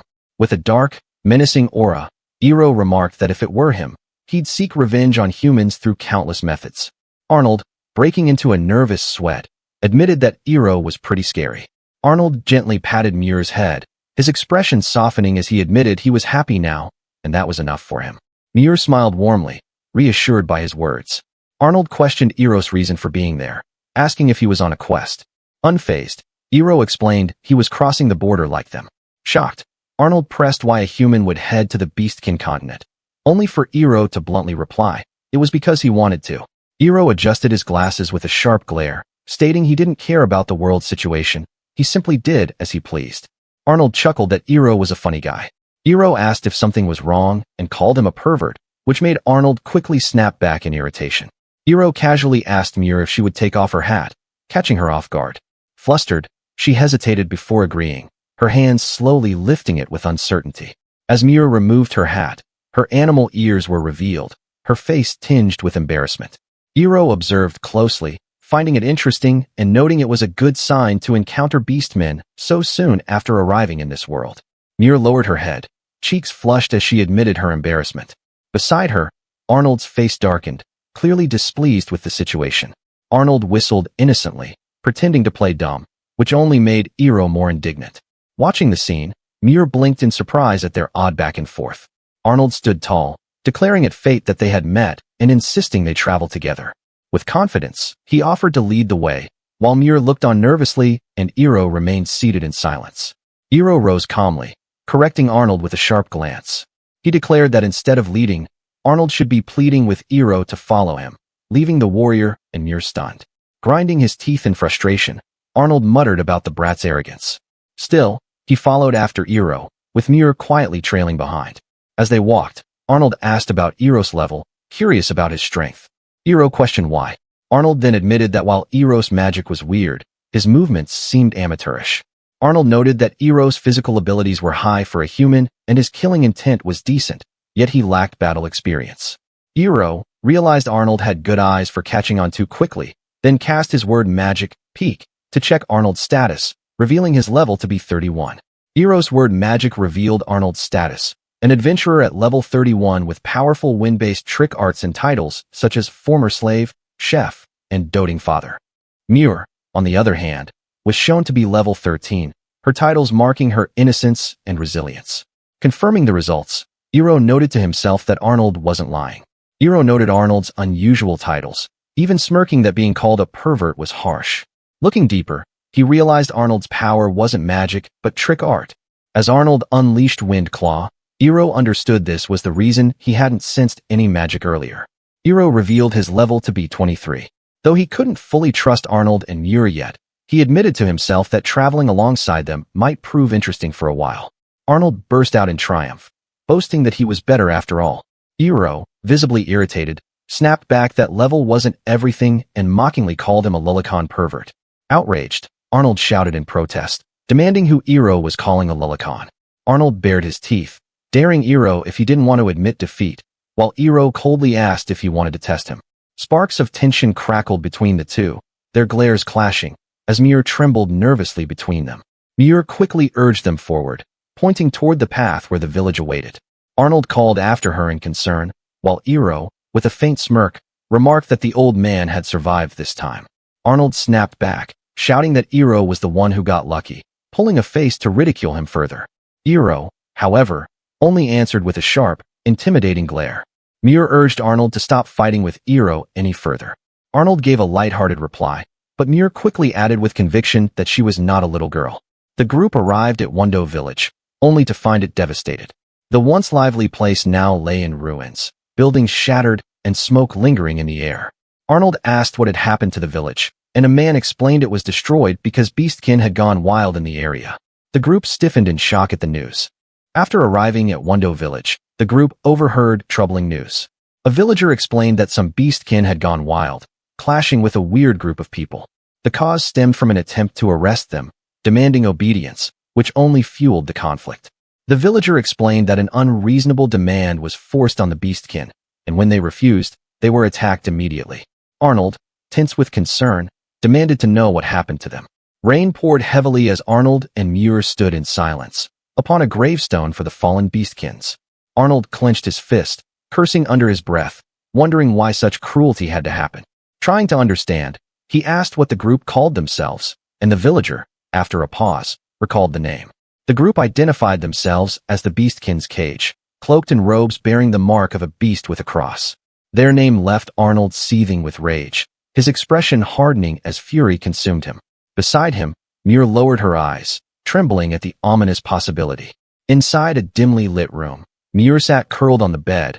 Arnold slumped forward in frustration, and Hiiro quietly observed from his own bed, the silence weighing heavier than the storm outside.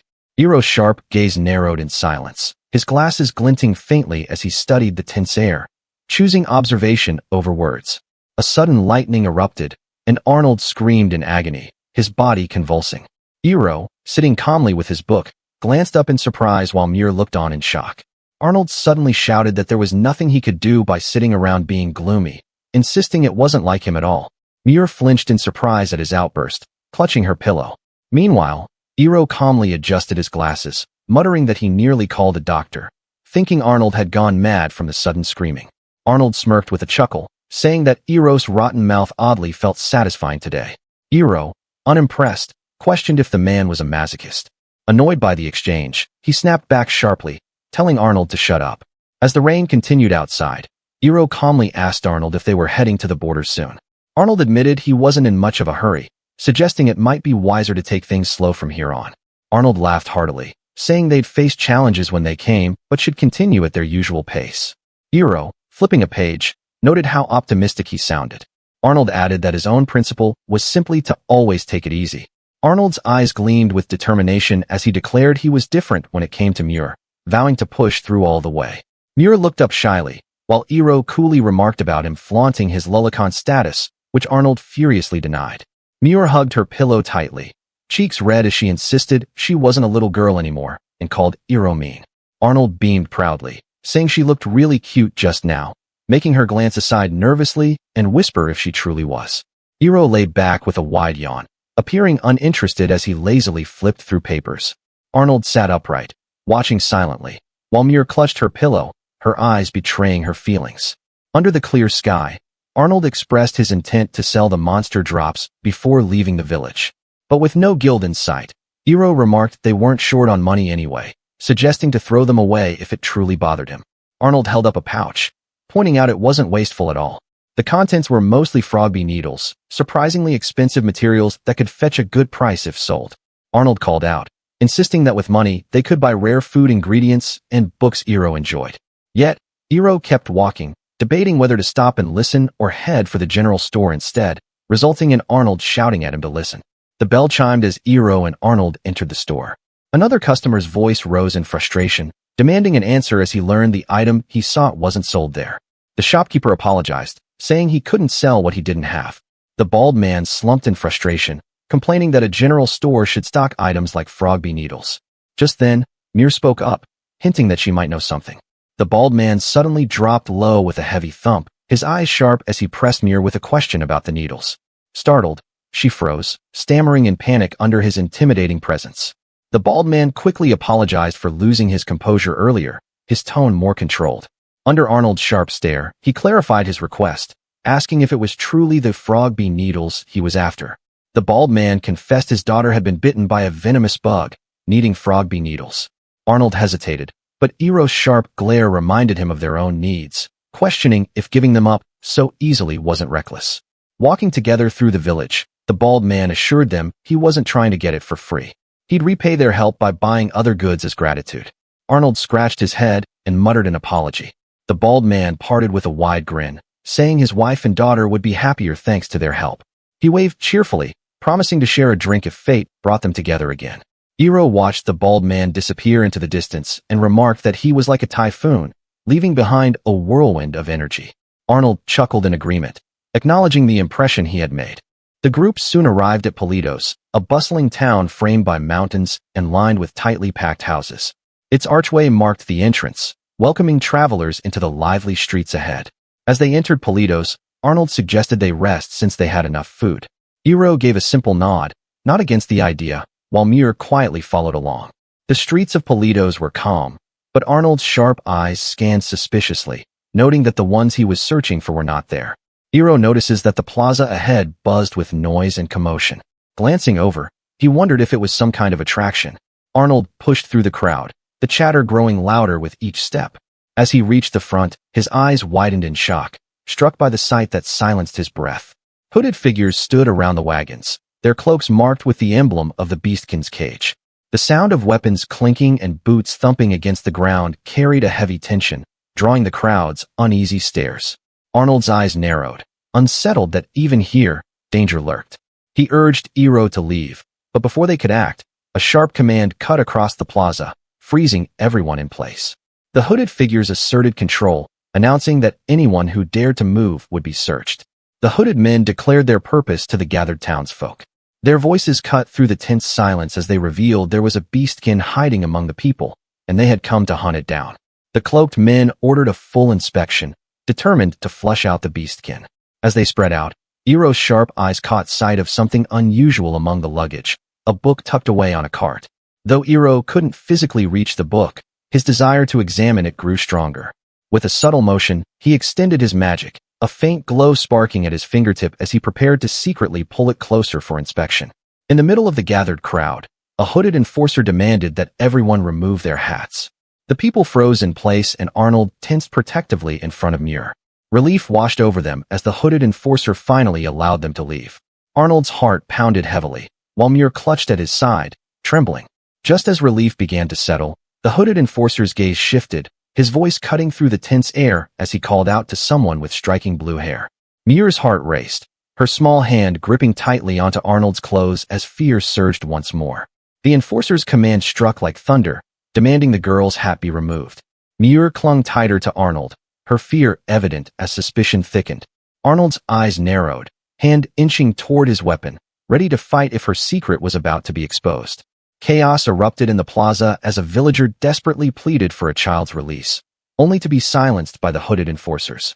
Their grim smiles confirmed their suspicions that two beastkin had been discovered, and word was sent to report their find. The hooded men confirmed their targets, a woman and a young girl she shielded tightly in her arms. The enforcers insisted the beastkin should be executed on the spot. Amidst the crowd's whispers, Arnold watched with growing dread, cursing the situation that had spiraled beyond control. The crowd gasped as a child pointed out Muir's hidden tail, exposing her secret. Shock and fear spread instantly. Arnold tensed in alarm. The hooded men's eyes narrowed with grim intent, and Hiiro's sharp gaze fixed on the unfolding danger. Heavy footsteps closed in, the cloaked men closing in with swords drawn. Their sharp command cut through the air, halting Arnold and Muir in place. Muir trembled, apologizing through tears, but Arnold barked that it wasn't her fault. With tension rising, he gripped his weapon, urging escape as footsteps of cloaked pursuers drew closer. A cloaked man with a piercing gaze and an eye patch stepped forward, his presence heavy with menace. He warned that protecting a beastkin brought only trouble. His words dripped with the threat that anyone who stood in his way might die right there. Arnold's gaze locked onto the cloaked man, recognizing his power as the leader, his level clearly different from the rest. Hiiro thought the old man hadn't realized the danger he was in yet. Calculating his move, Hiiro thought he could intervene and join the fight if they got careless, but being surrounded by many people, any chance to use word magic would be nearly impossible. Arnold negated what the eye-patched man said and declared it meaningless whether one was human or beastkin. What truly mattered to him was that they were alive, his words clashing against the cold, silent gaze of the one-eyed man before him. The one-eyed man sneered with cold disdain, declaring beastkin few in number yet deserving of the same loathing as demonkin. His voice dripped with contempt as he branded their very existence disgusting, while Arnold's eyes widened in fury at such hatred. The one-eyed man's voice dripped with venom as he spat out that the very presence of beastkin in this place made him want to throw up. His hatred shook Arnold to the core, leaving him shattered by this man's contempt for his own kind. Arnold's fury finally exploded, his roar shaking the air as he began to hurl himself at the one-eyed man. His words burned with rage, declaring he had endured enough and could never forgive this hatred. Yet his opponent only narrowed his eye, calm and unshaken, as if such battles were nothing new to him. Muir's voice suddenly tore through the chaos, calling out to Arnold. The young girl clutched her chest, frozen in fear, while the cloaked enforcers pressed their blades close, shouting for her not to move. Tears welled in Muir's eyes as she cried out for her uncle. Arnold's face twisted with fury, his voice thundering as he demanded they release her at once. With a crushing blow, Arnold was struck down, his body slamming against the ground. Struggling to rise, he clenched his teeth in defiance, while his enemy coldly remarked that he shouldn't throw away his life so easily, since he is a human. Arnold's trembling hand reached out in desperation, but the captors barked cruel orders, demanding Muir be caged, alongside the blue-haired mother and daughter beastkins they first found. With fading strength, Arnold's hand struck the cold stone with a heavy thud. Gritting his teeth, he cursed under his breath. Despair clawed at him as he thought about Muir. Hiiro's sharp gaze lingered on the cloaked men, displeasure etched across his face. As he picked up Muir's hat, he muttered how he didn't like their attitude. Hiiro remarked calmly that Arnold had slept far too long. Realizing it had been 2 whole hours, Arnold clutched his head in pain, his temples throbbing as he cursed the ones responsible. Arnold stormed out, declaring he would rescue Muir, convinced they hadn't gotten far in just 2 hours. Driven by desperation, he insisted searching everywhere would lead him to her, but Hiiro dismissed the idea, calling it an inefficient way of doing things. Arnold, desperate and furious, seized Hiiro by the collar, demanding if he had a better plan, his voice raw with frustration and urgency. Hiiro, calm and unshaken, met his glare in silence. Hiiro calmly told Arnold to release him, and with a sharp punch, Arnold staggered back, nearly knocking over the table. Hiiro coldly remarked that Arnold wouldn't accomplish anything if someone like him could easily land him a hit. Realizing that, Arnold's face twisted with worry, his voice cracking as he thought of Muir still being in danger. Hiiro, calm and composed, told him not to worry, and informed Arnold that they were still in town. Arnold burst out in relief, but Hiiro pushed him back, irritated by the closeness. Rumors spread of the group hiding east of town, likely waiting for an expected ally. Arnold pressed if Hiiro would lend a hand, but Hiiro dismissed the idea, claiming he wasn't that kind of person, only curious about the enemy group itself. Arnold barked back that there was no reason to explain about the group, but Hiiro pressed on, reminding him he had dragged him like a dead frog after the incident, then shared vital information. He now expected compensation. Arnold gave in and told Hiiro to listen carefully. The Beastkin's cage is a group of humans with a clear purpose: to purge Beastkin from the human continent or force them into subjugation. They roamed the lands, enforcing their harsh principles wherever Beastkin were sensed. Arnold confessed that he too had once been captured, a time when he was forced into slavery. His tone grew heavier as he described the group, cloaked warriors whose strength was undeniable. Each of them was formidable, trained to battle Beastkin, whose raw power surpassed that of ordinary humans. Arnold studied him carefully, noting how unusual this was. Normally, Hiiro showed no interest in others, yet now he was asking questions. With curiosity, Arnold pressed further, wondering what exactly had piqued his interest this time. Hiiro clarified with a calm expression that he wasn't interested in the people themselves. What caught his attention was the book they had been carrying. Hiiro's attention lingered on the wagon, recalling the book placed upon it, though its title escaped him. If it was something gathered while circling the continent, then the contents might hold value. With a serious gaze, he muttered his desire to examine it, while Arnold impatiently asked if he could finally leave. Hiiro closed his eyes in thought, weighing his options. He could easily part ways, yet this pair might provide valuable insight about the Beastkin continent, knowledge far too important to ignore. Hiiro factored in Arnold's cooking merits too, but it would be truly bothersome if he lent Arnold a hand now. His focus lingered on the mysterious book. If a commotion arose, he could take it then. Believing it was fair game to steal from Beastkin hunters, he finally made up his mind. Hiiro headed straight for the door, insisting they should steal the book together. Arnold, caught off guard, stumbled over in shock. Flustered, he tried to remind Hiiro that rescuing Muir was the real priority. Inside the cage, Muir sat quietly, her tail curled close as tears welled in her eyes. Memories of Arnold protecting her resurfaced, but they twisted into guilt. She wondered why she was always a burden, asking herself if things would be easier for him if she didn't exist.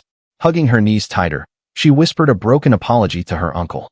Inside the wagon, the young Beastkin, Uru, clung to her mother, fear trembling in her voice as she asked if they were going to die. Her wide eyes showed the weight of that thought, a gasp catching in her throat. Looking down sadly, she wondered if being Beastkin was truly so terrible. After all, they only looked a little different from humans. Her mother's face softened with regret as she whispered an apology to Uru. A heavy sorrow lingered in her eyes, wishing she hadn't insisted on visiting this town, the very choice that had led them into danger. The mother gazed at Muir, voice filled with regret as she admitted they had dragged her into danger. Muir flinched, her eyes widening in disbelief before Uru could whisper her own apology, her small frame trembling as quiet sobs escaped. Muir fought back her tears, wiping her eyes as she reminded herself she couldn't cry now. She had to repay her uncle's kindness, and if she ever said she should disappear, it would only hurt him. Her parents would be angry too, so she steeled her heart instead. Though afraid, Muir put on a brave smile, assuring Uru and her mother that everything would be fine. She spoke of a hero in town who would surely save them, urging her to believe in him with hope in her heart. Hearing about a hero filled the girls with hope. Their eyes brightened as they clasped hands tightly, declaring their belief with joyful voices and renewed courage. Back at the inn, Arnold charged ahead with determination, silently promising Muir she could count on him to save her. Behind him, Hiiro's focus lingered on the thought of the book. Meanwhile, the one-eyed man, False, greeted his superior, Sir Apuru, after some time apart. Apuru, however, brushed aside the formality, insisting there was no need for such respect, acknowledging the many favors he had received from False. Apuru, the chubby wealthy man, fanned himself while groaning about the unbearable heat, with beads of sweat rolling down his face. One of the cloaked men, however, smugly thought to himself that the discomfort was Apuru's alone. Apuru, grinning eagerly, asked if he could check the goods. False gestured him forward, guiding him to the caged wagon. As the door clattered open, the Beastkin mother clutched her child and Muir close, their ears twitching nervously as they realized they were being inspected. Apuru's eyes widened with delight the moment the cage opened. His breath grew heavy, and a booming exclamation escaped him as he laid eyes on the captives. He marveled at them as real beauties, his greedy excitement filling the air. False received praise for his work, which he answered with humility. Apuru's gaze continued to linger, as his interest clearly fixated on the child before him. Muir's silver hair caught his attention immediately, its rarity sparking whispers of her being a silver wolf. To them, that made her not just unusual, but a valuable and rare purchase. Apuru's eyes lit up with delight, as he marveled at the 2 katkins they had caught. He adores katkins so much. With Apuru now satisfied, False began to confirm the sale, and with a wide grin, Apuru expressed his gratitude, thrilled over the purchase. False smirked coldly, claiming that using beastkin this way was simply one method of dealing with them. With the contract in hand, he instructed Apuru to channel his mana to confirm the purchase. Amused by his bluntness, Apuru chuckled, calling him quite the salesman. In a sudden burst of heat, flames erupted from False's hand, catching Apuru completely off guard. The chubby man yelped in shock, his face breaking into a panicked sweat as the fiery display roared before him. False's eyes widened in shock as the fire in his hand started to crumble away. From above, Hiiro activated his word magic to burn the contract down, while also half wishing that Arnold would do well. On the ground, a commanding voice from one of the cloaked men ordered Arnold to stop as they closed in on him. With a fierce swing of his blade, Arnold declared he would take Muir back. False, wide-eyed, recognized the man standing before him. Inside the cage, Muir couldn't help but cry out to her uncle in relief, and joy lit Arnold's face as he saw her safe, shouting her name with renewed determination. Disgusted by what he was witnessing, False drew his blade with a cold glare, the steel catching the light as he reminded his opponent of the words he once spoke, about valuing human life. Arnold chuckled, turned around, and revealed his most powerful tale. The impact sent False reeling as the truth suddenly hit him. His opponent was no ordinary human, but a beastkin. False's expression hardened, his single eye narrowing in shock. Around him, the cloaked men stiffened, confusion and unease spreading quickly as they realized something was dumbfounding. False's eyes widened when he noticed the absence of animal ears. With a wild grin, Arnold revealed the truth. It was all prosthetics because his real ears were torn off long ago by humans. In Arnold's mind, he hoped to leave the rest of the plan to Hiiro, while boldly taking the enemy's attention, giving Hiiro the opening he needed. Hiiro watched from the shadows, acknowledging Arnold's distraction had gone just as planned. With precision, he activated his word magic, the glowing symbol for hide, forming on his hand as he prepared to move unseen. Hiiro finally reached the stack of books he had been after. As he sifted through them, he noted titles ranging from World's Best to Magical Structure, even stumbling across a gourmet travelogue. But then, sandwiched between them, his eyes caught the most absurd find, a book boasting about girls with the biggest melons. Showing no interest, Hiiro tossed the absurd book aside and only placed what he needed in a sack. He marked the sack with the glowing word send. The bundle vanished in a flash of light, only to reappear moments later a distance away from the wagon. Watching his magic work flawlessly, he allowed himself a faint, satisfied smile. Hiiro realized using the same word with the same effect twice in a row was impossible, a fact he had thankfully discovered earlier. The effect would only last a minute, so spacing it with send kept him safe. With caution in mind, he turned his priorities back to Arnold's request. With blades drawn, the armored foe glared at Arnold in disbelief, scoffing at the thought that he was also a beastkin. False coldly asked if Sir Apuru also desired male beastkin, causing Apuru to flail in outrage, screeching that he wanted no part in such dirty men. Validated by the same disgust, False smirked coldly, declaring that there weren't many buyers for male beastkin in this era. He mocked further, saying if blame was needed, it lay in being born a beastkin. With resolve burning in his eyes, Arnold raised his blade high, shouting that he wouldn't lose this time around. False countered with an insult saying that beastkins can't even use magic. The cloaked men raised their hands with a sharp motion as if to cast a spell, while False boasted he needn't even use his own hands. The air thickened, with False's sword ready to assault on his signal. Explosions erupted from each cloaked man's hands, and in rapid succession, which trembled the ground beneath them. Standing firm with his blade ready, Arnold braced himself. With a sharp glare, False steadied his stance as swirling winds surged toward him. It was Arnold's explosive wind claw that countered the violent explosions from the cloaked men's magic. Mocking Arnold, False underestimates his power and asks how long he can keep this up. Yet, with a fierce shout, Arnold declared he'd engulf all his foes, refusing to ever back down. False grinned sharply, stepping closer to the wagon that held Muir and the captive beastkin. With his blade drawn and cloak swaying, he taunted Arnold to engulf him, if he truly could. Arnold's furious shout cut through the chaos, calling False a coward. But with a smug grin, False dismissed it as nothing more than strategy, while the robed men unleashed another wave of booming blasts towards Arnold. Arnold panted heavily, sweat dripping as his strength started to wane. The fierce wind that howled through the town and scattering debris was ceasing. Watching closely, False mocked him, declaring that this must be his limit after all. False's words dripped with cruelty as he planted a tormenting image in Arnold's mind, of Oporu keeping the captured beastkins, doing as he pleased with them. Arnold's body trembled, teeth grinding as the vision burned into him. Arnold's glare sharpened, no longer content to stand idle. With a fierce cry, he unleashed his strength once more, slamming the ground as a surge of force ripped outward.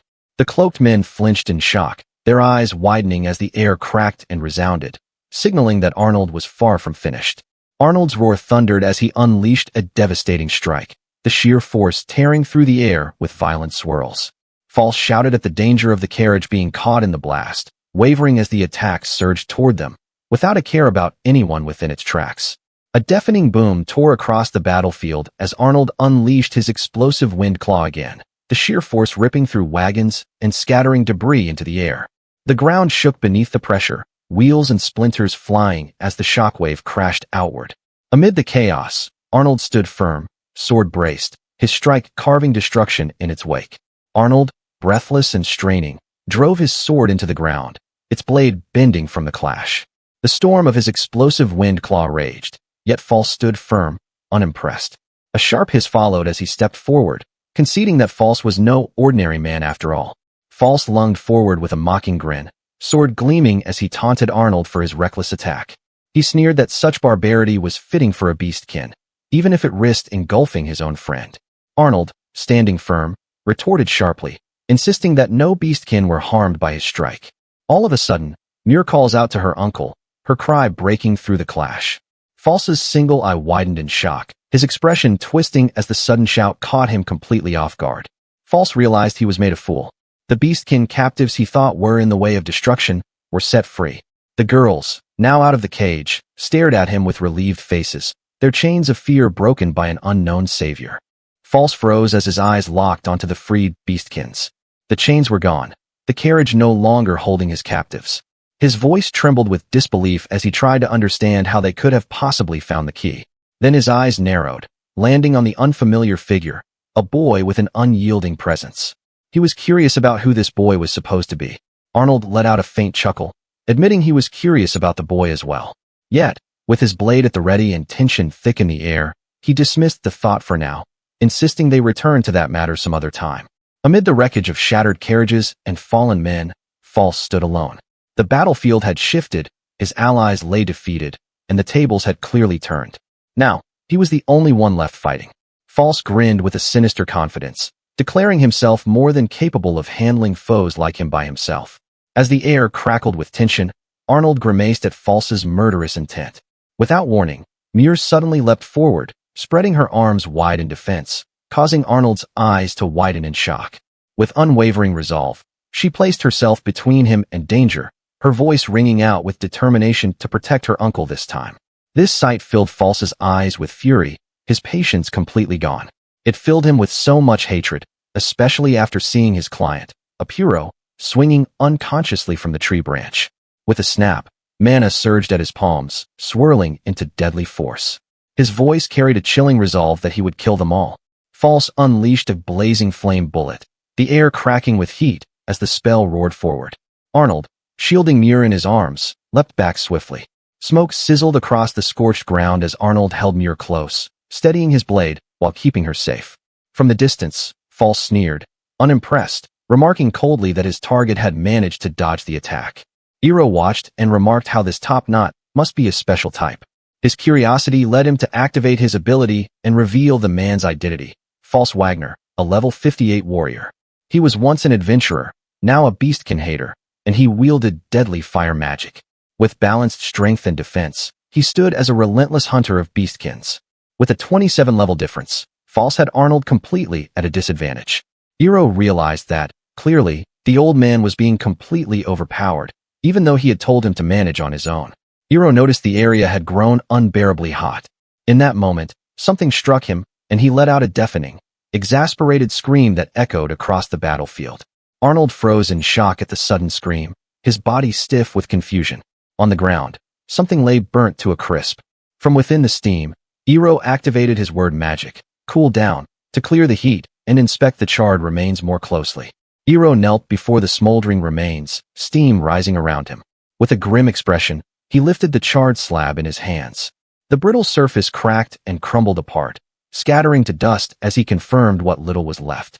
Arnold clutched his sword with unease, glancing toward Hiiro with worry. Meanwhile, Hiiro's shoulders trembled, a crooked grin spreading across his face. A low, unsettling laugh slipped from him, carrying an ominous weight that sent shivers through the air. Hiiro's eyes blazed with fury, his glare sharp enough to pierce through steel. His voice trembled with raw anger directed towards False for burning up his books. It was a crime that he would never forgive. As Hiiro's killing intent surged, False could only stare in confusion. Arnold, on the other hand, held Muir close, muttering to himself that those charred remains weren't even Hiiro's books to begin with. Hiiro's voice cut through the tension as he coldly asked if False was prepared for the consequences. False sneered, ready to fire back, but his words died in his throat. The boy had vanished. In the next instant, Hiiro's body blurred forward, the word speed glowing faintly behind him. In a flash, Hiiro closed the distance, his blade striking true. False's eyes widened in shock as steel met steel, the sudden clash ringing out with a sharp metallic cry. False's eye narrowed as steel clashed, realizing this boy was far from average. With a sharp twist of his blade, he tried to overpower Hiiro, only to be driven back by the relentless surge. Arnold struggled to keep up, bewildered by the sheer speed of their movements. Even as Hiiro's blade scraped past, False smirked with unsettling calm, whispering that despite it all, he still held the upper hand. A sinister grin stretched across False's shadowed face, his single eye glinting with malice. In the next instant, his blade tore into Hiiro's side, the sharp sting of steel forcing a pained gasp from him as his body staggered under the strike. Hiiro dropped to one knee, his breath sharp and uneven as pain rippled through him. Standing across from him, False's mocking laughter echoed. The man savored the sight of his opponent faltering under the blow. False smirked smugly, tapping his chest with mock satisfaction. He claimed that with this blow, Hiiro had repaid the debt from before, twisting the moment into his own warped sense of balance. Hiiro noticed something bizarre about False's eye, its grotesque form unsettling. False sneered, asking if it disturbed them, before revealing it was implanted by beastkin, a pain and a suffering none of his foes would ever understand. Shocked, Arnold and Muir stared at him in disbelief. Steel clashed violently as False bared his twisted truth, that his agony had long since rotted into hatred. His grotesque eye burned with fury as he declared that such torment would never end. To him, it was simple. The pain would always demand vengeance. With blades locked between them, False's voice dripped with venom. His eye gleamed with unyielding hatred as he declared his resolve. He would never forgive the beastkins. To him, they were nothing but objects of loathing, something he vowed to abhor until his last breath. With a swift motion, False's fist drove straight into Hiiro, the impact rattling his frame and hurling him toward the base of a tree. As Hiiro struggled to clear his vision, False closed in and clamped him by the neck. Pinned hard against the trunk, Hiiro had no time to react before a storm of fists came crashing down on him. Each strike carried False's rage as he declared he would never forgive Hiiro for protecting the beastkin. Breathing hard, Hiiro coughed, realizing at this pace his HP would soon run out. He tried to trigger his word magic through his fingertip, but before he could finish, False's clawed hand snatched his wrist. With a mocking grin, his grotesque eye glowed as he boasted he could read every movement Hiiro attempted. Hiiro's gaze fixed on False's twisted eye, realizing it not only sharpened vision, but heightened his physical strength as well. His body struck the ground with a heavy thud. He admitted he had never expected False to be this strong. With his fist raised, False sneered that it was over for his battered opponent, the boy in the red robe, while preparing to strike the final blow. False was certain of his victory, yet from behind came Arnold's defiant scream. In that instant, a spinning blade tore through the air, flying fast toward False's blind side. False caught sight of the ambush and sneered, calling Arnold a fool. With his eye locked on, he deflected the spinning blade aside. Then, dark energy swirled in his palm as he promised to kill Arnold later, so long as he stayed still. False thrust out his hand, unleashing the spell Crimson Spear. A searing lance of energy shot across the field and struck with devastating force, hurling Arnold back in agony. False's eye gleamed with cruelty as he warned not to intrude while weak. Arnold slumped helplessly in the corner, while Muir fanned the flames out from his vest, trembling as False compared him to a beastkin he had once exterminated. Arnold's eyes widened as he remembered the ruined village, his voice breaking as he demanded why False would act with such cruelty. But False only sneered, admitting he abhorred the beastkin, as if it were reason enough. Hiiro then cut in sharply, saying he could understand where False was coming from. False's attention shifted toward Hiiro, and in that moment, Hiiro suddenly carved the word magic, light, and a blinding flash burst forth. False's eye, which could see all movements, was overwhelmed, forcing him to reel back in pain. Using that moment, Hiiro broke free from the grip of his opponent's omniscient gaze and muttered that he owed the old man big time for this distraction. Taking advantage of the flash, Hiiro lunged forward. His fist struck False in rapid succession, each blow driving deeper until one final punch sent him reeling back. False staggered, sliding across the ground as Hiiro stood firm, ready for more. Hiiro wiped the blood from his cheek with a smirk, tapping it as he mocked that their debt had now been repaid. False glared furiously, spitting out through clenched teeth, and calling him a brat.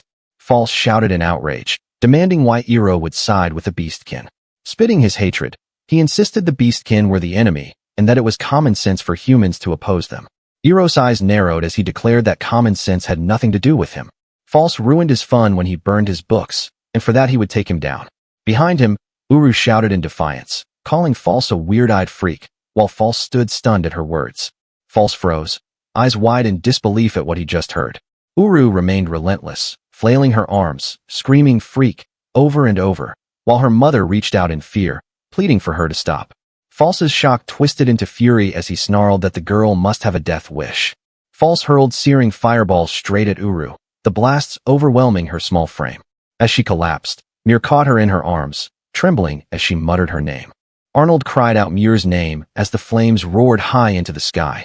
His face twisted in disbelief as he staggered forward, muttering in shock. There was no way this could be happening. Through the fading smoke, Hiiro emerged with a calm sigh, muttering in annoyance. Both Arnold and False froze in shock, their eyes widening at the sight of him standing unharmed. Hiiro stepped from the smoke, holding Mir and Uru securely in his arms. His sharp gaze turned aside as he told them they were a hindrance and should get away. All the girls could do was look up at him in shock. They then gasped in horror at the sight of Hiiro's scorched arm and cried out to him. But he brushed it off coldly, saying it was only a graze, not a real wound, and ordered them once more to get away. Mir fidgeted shyly, trying to thank Hiiro, but her words stumbled as her face flushed red. Startled by his sharp gaze, she froze in embarrassment. At his impatient order to leave, the girls hurried off together toward Arnold's side. Facing False, Hiiro declared he would be protecting the beastkin. He added flatly that they were his clients after all, making it clear he had every reason to stand against him. False glared, admitting Hiiro irritated him, but sneered that his burned arm still couldn't move freely. Hiiro only smirked in response, the glow of his magic shining as if unfazed by the wound. Hiiro's arm glowed with the word heal, the burns vanishing as he flexed it freely once more. False's eyes widened in disbelief, demanding how he could use light magic without being ghostkin. Hiiro only replied coolly that he was free to think whatever he liked. False's hands ignited with orbs of magic, declaring it was time to stop playing around. With a cold sneer, he promised to blow Hiiro away, commencing another battle round. False unleashed his spell, Burn Strike, sending a relentless barrage of blazing fireballs raining down. The ground erupted in explosions all around Hiiro as the inferno closed in on him. As the explosions tore through the ground, Arnold and Mir cried out in horror, screaming Hiiro's name. Their eyes widened with fear, believing he had been swallowed by the devastating blast. Bursting through the smoke, Hiiro charged straight at False, his fist driving forward with fierce intent. Mir's eyes lit up as she cried his name, while False smirked coldly, claiming he knew Hiiro would attack head-on. With a vicious grin, False thrust his palm forward, unleashing another deadly blast. His voice rang out with murderous intent as he bellowed for Hiiro to die. False's eyes widened in shock as his flame bullet vanished before reaching its target. The word cool down shimmered in the air. Hiiro smirked coldly as he warned the top knot to watch his step. Dropping low to the ground, Hiiro pressed his hand and traced a glowing character, clay, with his fingertip. The earth beneath False suddenly shifted and sparked with power, leaving him jolted in surprise. False suddenly staggered as the ground clung tightly to his feet. Shock crossed his face as he realized Hiiro had made the ground sticky clay, binding him in place. The man could only shout in disbelief at what kind of magic this was. With False's legs trapped, Hiiro seized the opening. He lunged forward and drove his fist hard into False's jaw, the force twisting his opponent's head to the side. Hiiro's eyes narrowed as he delivered another sharp blow, his tone enraged. He declared that strike was payback for the precious gourmet travelogue, How to Walk Across the Continent, Volume 1, a book False had destroyed without care. Hiiro's fists landed in relentless succession, each blow carrying the weight of another ruined book, Volumes 2, 3, and even his treasured magic system. Arnold froze. Hiiro's grudge about his books sure was serious, mentally noting to be careful around him next time. False staggered to his knees, clutching his gut as his strength gave way. The sticky clay clung to his legs, anchoring him to the ground while his body dropped under the weight of Hiiro's relentless assault. False's fury froze as the shell of his strange right eye cracked and fell away. His words faltered into stammering disbelief, unable to mask the fear creeping across his face. Hiiro's gaze sharpened, his voice cold as he invoked his word magic. A glow pulsed at his fingertip, aimed directly at False. He taunted that it would be fitting for a fire mage to be undone by fire itself, leaving False wide-eyed in alarm. Hiiro's fingers carved the word burn, and in an instant flames erupted violently at False's feet. The fire surged upward, engulfing him, leaving the seasoned fire mage writhing as his own element turned against him. False collapsed into the dirt, body scorched and trembling, yet still clinging desperately to the ground. Hiiro's cold voice cut through the smoke, his presence looming like a verdict, reminding False he should have learned whom not to pick a fight with. False's body trembled, his flesh scorched and simmering as he staggered upright. Rage and confusion twisted his face, his one grotesque eye bulging as he demanded through clenched teeth what Hiiro was. Hiiro stood with his back turned, his cloak swaying faintly in the rising heat. He did not grant False a direct answer, only leaving the weight of his presence to speak while he paused. Turning his head slightly, he began to speak with calm certainty. He declared himself nothing more than a unique cheat. False, his body scorched and failing, clawed at the ground with a twisted glare. Even as his strength waned, he seethed with hatred, vowing to etch Hiiro's face, and even those of the beastkin, deep into his memory. It was a bitter promise of vengeance, spat out in desperation as his body continued to break down. With a cold edge in his voice, Hiiro dismissed the threat as nothing more than empty resolve, refusing to be shaken by the man's vow of revenge. False's fury was met with humiliation as Hiiro pointed out the obvious. His opponent now stood completely naked, stripped of both armor and pride. Calling him a top-knot pervert, Hiiro's words struck harder than any spell, and False's roar echoed, a mix of rage and shame.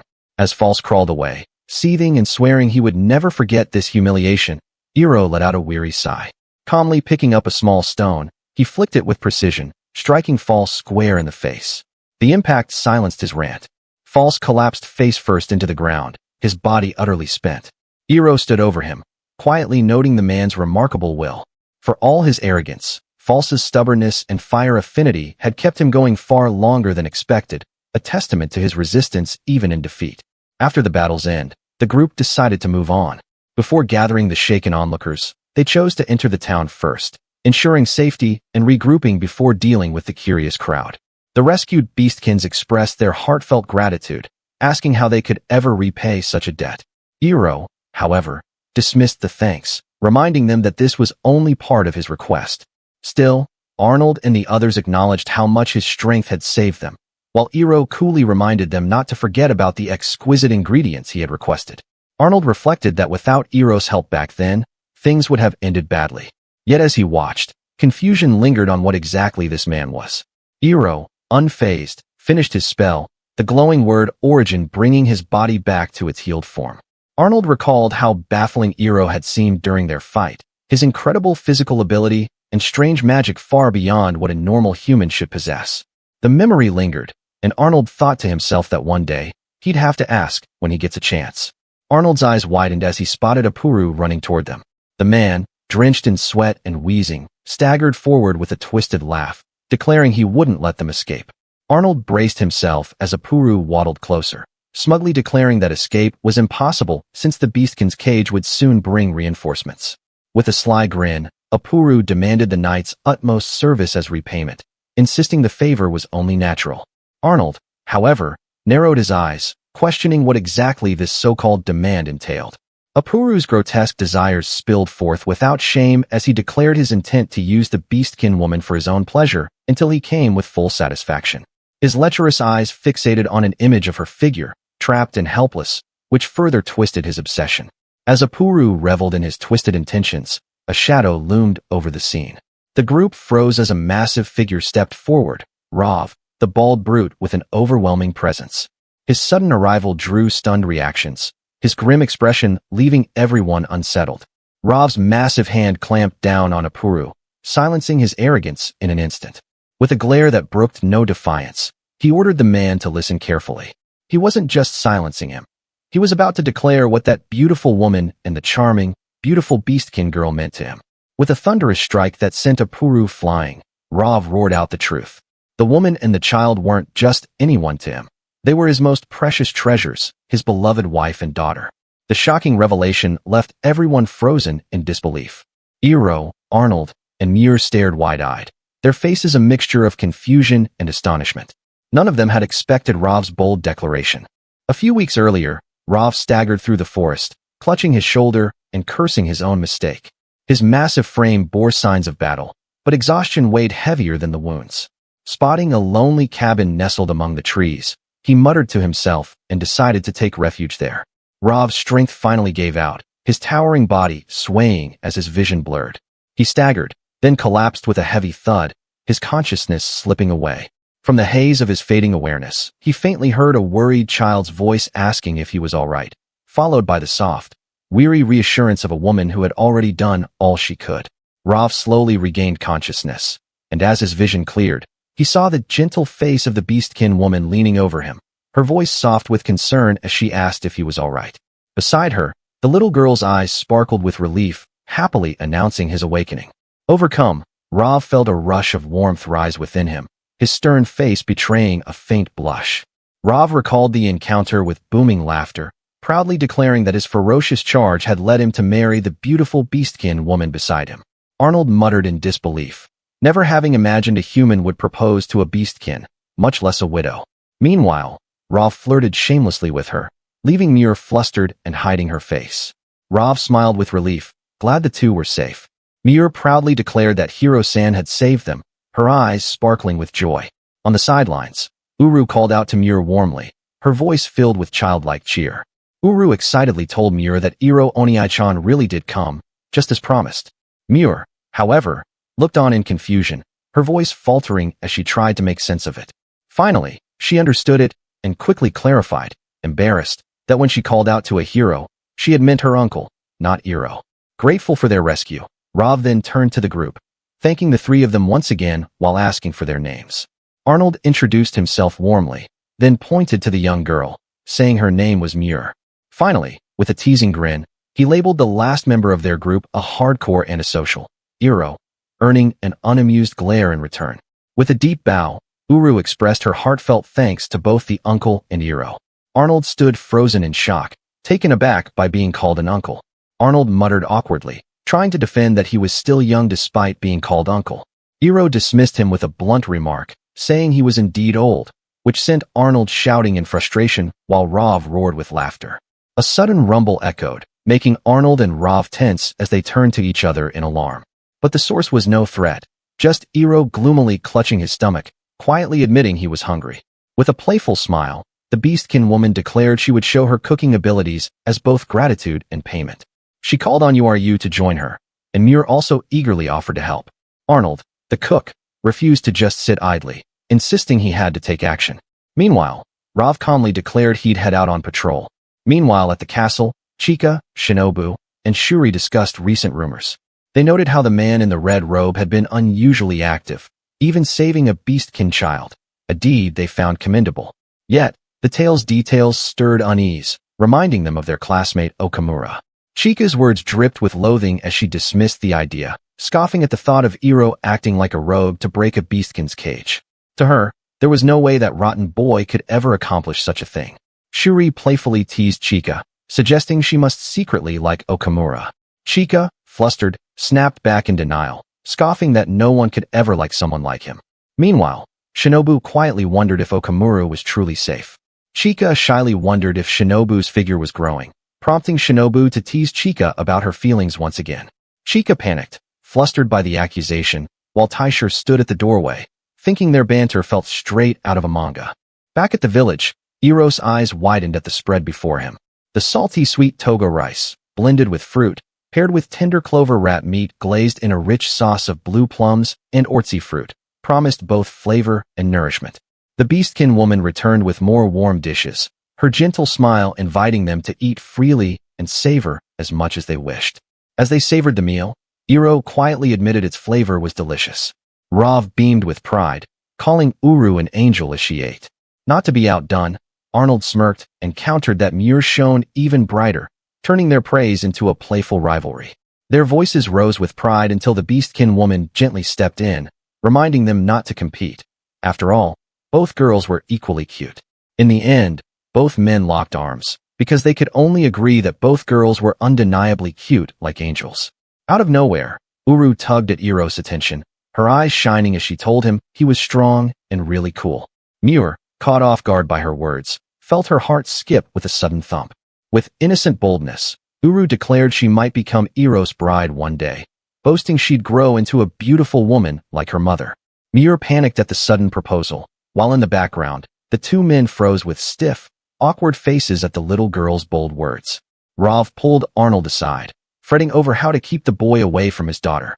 Arnold reassured him with a laugh, promising she'd be safe because they'd be leaving on a journey soon, while Uru fussed over Iroh, who seemed indifferent to her playful energy.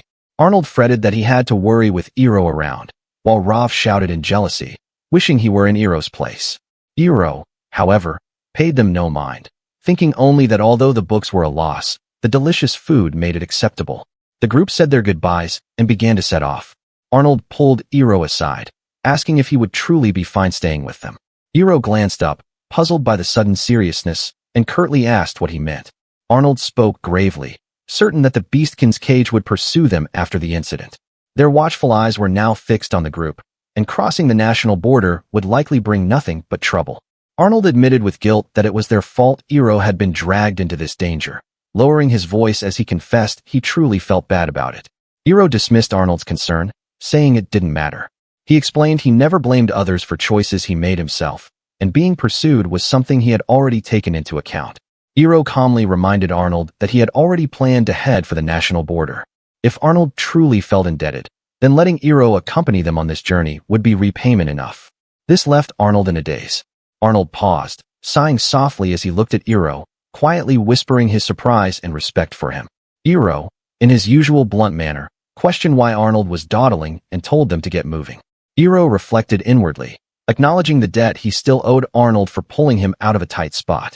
Until that balance was even, he decided he wouldn't part ways. For now, that was reason enough to stay.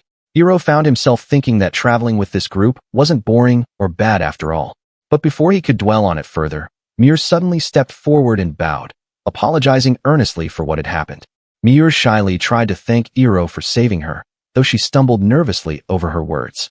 Iroh brushed it off, saying it wasn't worth worrying about, before shifting the subject.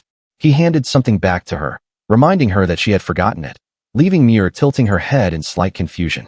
Iroh quietly placed the forgotten hat back on Muir's head. Flustered beyond control, Muir fumbled over her words, barely managing to stammer out her thanks.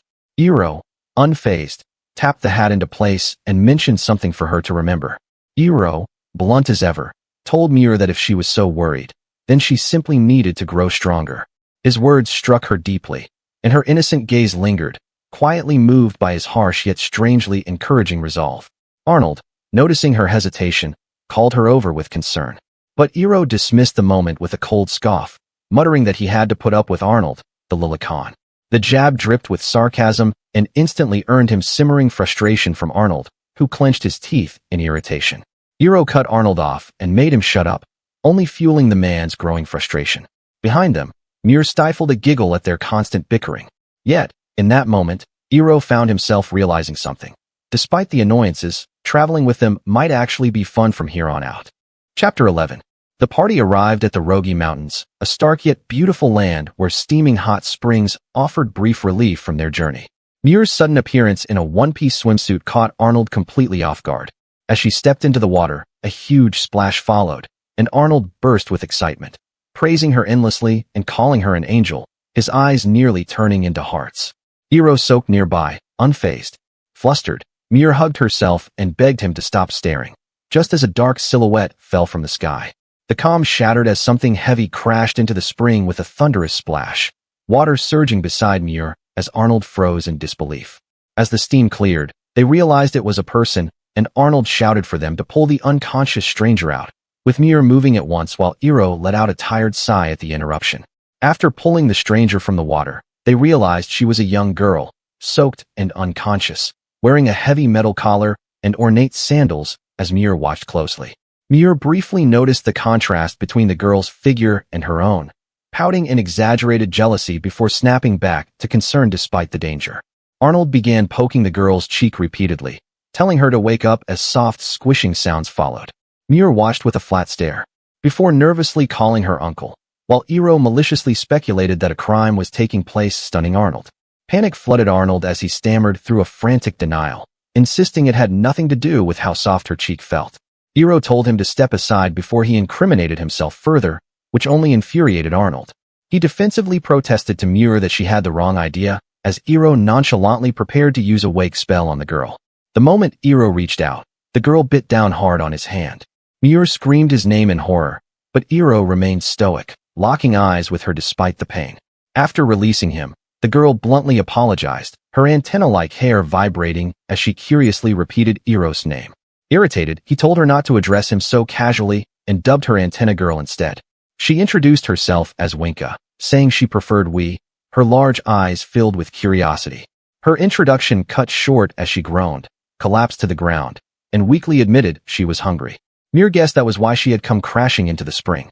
Arnold said they were heading to the summit to hunt a legendary cow crab and casually invited her along.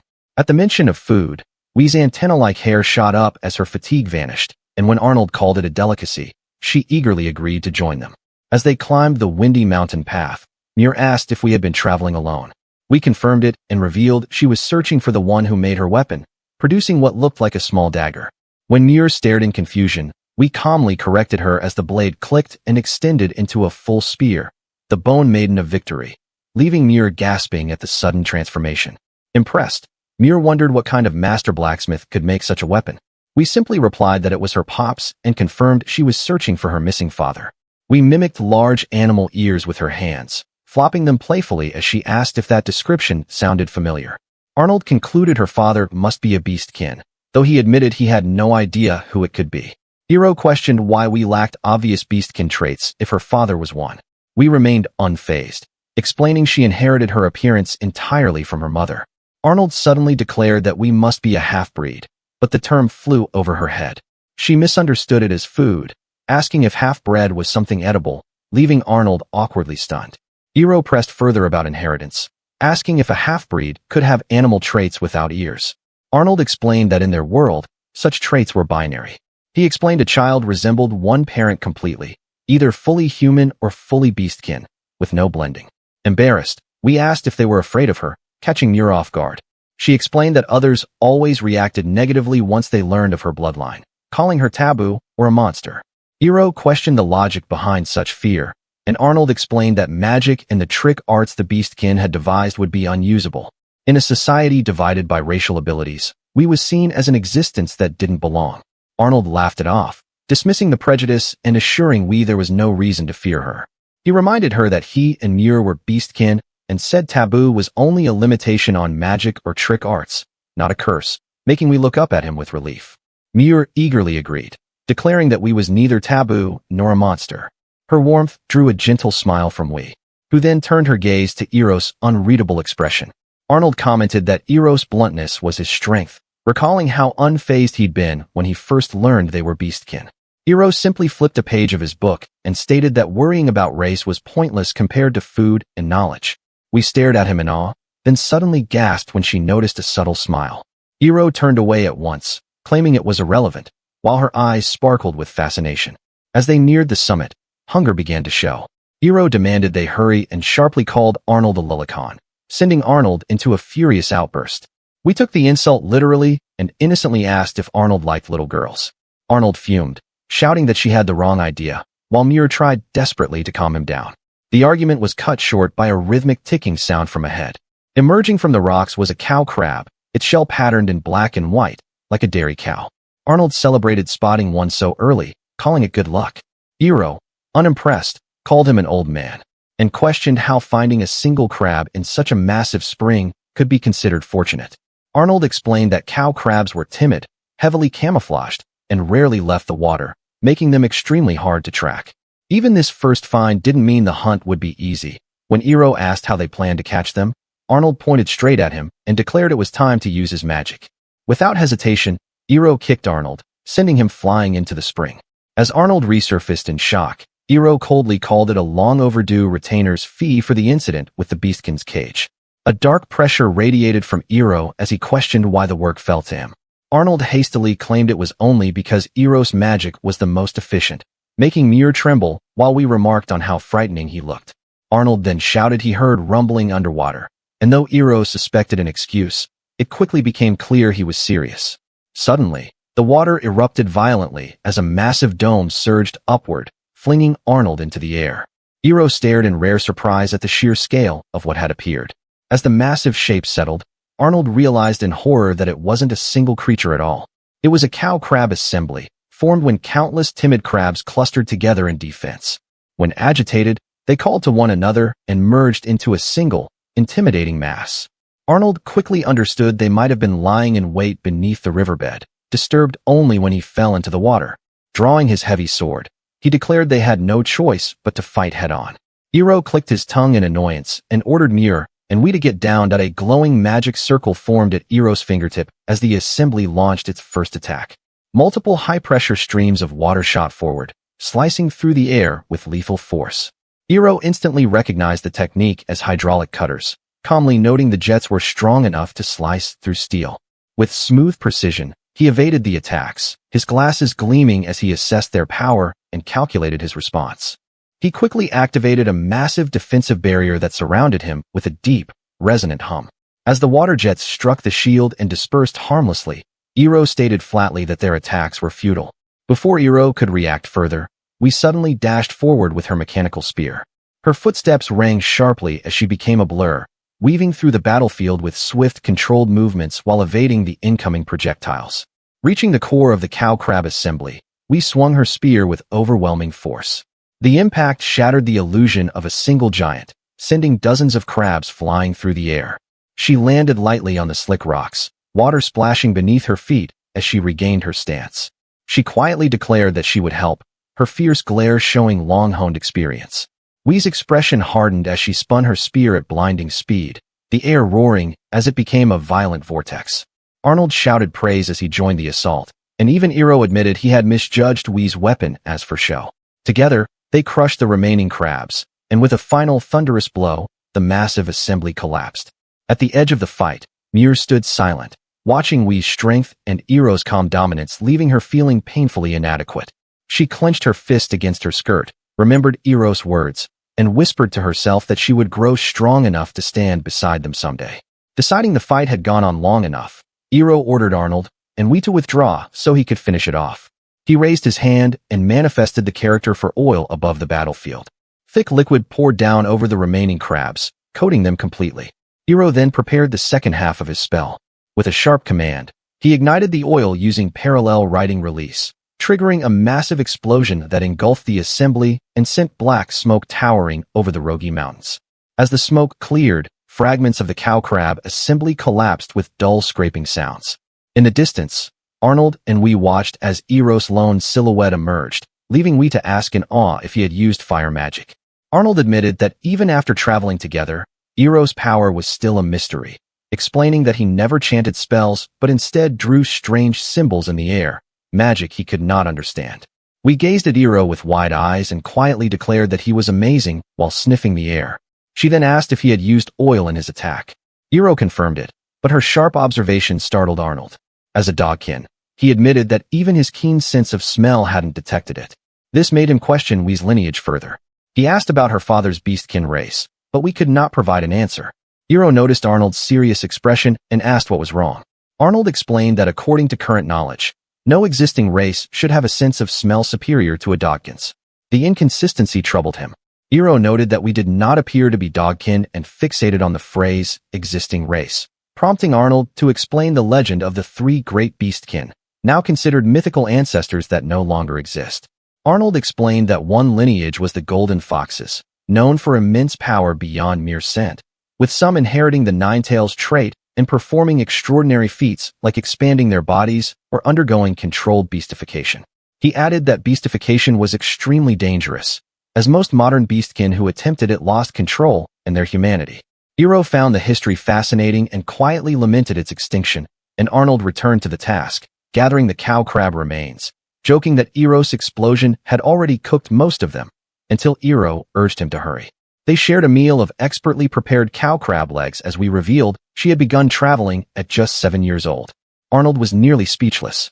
When asked her age, we answered 14 with hesitation, making Arnold question her uncertainty. Despite her youth, Arnold noted her mature physique and unconsciously compared her to Muir. Muir's flat glare instantly sent him into a panic. Arnold tried changing the subject and asked if we had truly traveled alone all this time. We confirmed it, mentioning brief moments she traveled with someone. But people abandoned her once they learned her story. That was why being accepted now filled her with joy, and her radiant smile completely unarmed Arnold, making him flinch. Muir asked if we had any real clues about her father. We answered no, but held up her spear, calling it her only lead. She shared her mother's final message, explaining people were after her father, so he disappeared to protect her. Arnold observed that this sacrifice only strengthened Wee's resolve to find him. She clenched her weapon and vowed she would find and protect her father. It was for that reason that she became strong. Arnold gently patted her head. The unexpected kindness left Wee wide-eyed in shock. He continued praising her efforts, while Muir silently thought about how amazing she was. Without warning, she bowed her head toward Hiiro, confusing him as he asked what she was doing. Arnold laughed and explained she wanted a head pat from him too. Hiiro refused immediately and looked away in irritation. Hiiro remarked that she was not the only one working hard, and while he sympathized slightly, he reasoned that she had chosen this life herself. He added that she must be doing it to be praised, which made Arnold snap and accuse him of withholding even simple praise. Before it could escalate, we calmly stepped in, saying Hiiro was right and that she had not set out on her journey for praise. Responding flatly, Hiiro asked again what her bowed head was for. Mustering her courage, we admitted she only wanted him to pat her head, nothing more, prompting Muir to cry out in shock at her bold honesty. Seeing Muir trembling, Arnold asked if she was okay as she hid her face beneath her bonnet. Hiiro repeated that he saw no reason to give a head pat. We asked bluntly what she needed to do to earn it, but Hiiro tried to brush her off, stating that he refused outright. But her hopeful eyes made his explanation trail off and slowly wore him down. Letting out a heavy sigh, Hiiro set a vague condition, saying that if she did something especially good, he might consider it. Wee's morale surged as she struck a confident pose and boldly declared she would work harder than ever. Hiiro sighed again, already regretting it, and when she asked what counted as good, he refused to spell it out. Then a status screen appeared revealing Hiiro having reached level 30. His titles reflected his contradictions, and with Wee now part of the group, the journey ahead promised both growth and trouble. Chapter 12. The group moved through a dense, sunlit forest, their chatter echoing between the trees. Arnold casually talked with Muir until she snapped at him to stop acting like an uncle, while we suddenly announced she was hungry and Hiiro quietly agreed. Arnold complained about no one listening, just as we abruptly stopped and looked back. Startled, Muir asked if something was wrong. Without answering, we pushed through the bushes. Arnold questioned her, but fell silent when she simply stared ahead. A wounded wolf-like monster lay on the ground. It growled weakly when noticed, while we stood beside it. Arnold identified it as a sky wolf, and Muir reacted to how severe its injuries looked. We knelt and gently touched its head as Hiiro observed in silence. Then he remembered that a sky wolf was a rank B. Arnold agreed, adding that it was fairly strong, while we suggested helping it. Hiiro ordered we to step aside and raised a finger to cast a spell. From behind, Muir wondered if Hiiro would really help, while Arnold objected that he never acted without demanding payment, only to be proven wrong. He gasped as the fully healed skywolf calmly licked Hiiro's face, while Hiiro held its head and showed no reaction. Arnold drew his sword and demanded to know who Hiiro really was, insisting the real Hiiro would never heal someone without demanding something in return. Annoyed, Hiiro snapped back and told him to stop being so noisy. Turning away, Hiiro explained that the reason he healed the skywolf was not something Arnold would understand. Arnold swallowed and listened. Adjusting his glasses, Hiiro stated plainly that cool-looking wolves represented justice. Arnold and Muir both froze in disbelief as Hiiro added that he liked dogs and simply wanted to see how the wolf moved. We held the sky wolf's head as Arnold realized that Hiiro acted purely on personal desire, much like his deals for food and books, which Hiiro confirmed. We looked up to thank him, but Hiiro dismissed it, saying gratitude was unnecessary since he had healed the wolf only for himself. Hiiro ordered the sky wolf to try running, so it barked and dashed forward, prompting Hiiro to comment how cool it looked. Muir watched silently, realizing that even Hiiro could smile like that. He looked genuinely happy as he followed the sky wolf with his eyes. Arnold glanced at Muir and asked if she had a fever, noting how red her face had become, and she embarrassedly touched her cheeks. We then informed them the sky wolf had somewhere important to go. Muir asked in amazement if we could understand the wolf, and gently stroking its head, she confirmed that she could. Arnold reacted in amazement at her oddity as the sky wolf whimpered softly into her ears. She understood its message and told everyone of a place called Buscador far to the east, where many wolves and monsters had been killed after being shot with a strange drug, leaving only its family alive. Muir gasped and asked why anyone would do such a thing. Arnold suspected the sky wolf had been wounded while desperately trying to escape, and we explained that it had returned because it wanted to help its family. With quiet determination, she said this was where they would part ways. The sky wolf released a long, echoing howl as she held on to it. Arnold reacted in shock, asking why she was leaving so suddenly and whether she truly meant to help a monster. We answered seriously that she was not helping the monster, but its family, and calmly added after he protested that obligation had nothing to do with it. She said she was helping because she wanted to, adding that families should stay together. Arnold froze as he realized we was still searching for her father. She leapt onto the sky wolf's back and told them not to follow, saying this was something she had to do alone. When Arnold tried to stop her, she looked back and said she had truly enjoyed their time together, offering her thanks. Arnold and Muir stared in surprise, while Hiiro seemed unconcerned. Almost instantly, we and the sky wolf vanished into the distance, leaving the three standing in silence. Then Muir spoke, admitting she was weak and knew she should not say such things. Arnold turned to her, confused. Tears streamed down Muir's face as she said she wanted to help we and the sky wolf, even if she could not fight like the others. She found it impossible to ignore them, and Arnold looked at her in surprise before turning to Hiiro. Hiiro finally spoke, saying calmly that he knew they were being followed. Arnold nodded, adding that he also knew Hiiro would never act without something in return. That was why Arnold said he would not force Hiiro and declared he would go to Buscador himself. As Muir cried and called out in worry, Arnold said he had enjoyed their journey and insisted she was strong, but did not want to get her involved for his selfish whims. Turning to Hiiro, he said they would accept whatever answer he gave, and Muir nodded through her tears. Hiiro reminded Arnold that he still owed him something.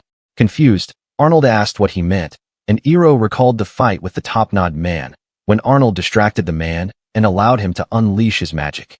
Acting unfazed, Hiiro started toward Buscador, saying he would repay the debt, and after that, he would owe Arnold nothing. Arnold and Muir exchanged glances and smiled as Hiiro added that the next time they asked him for help, they would need to prepare proper compensation.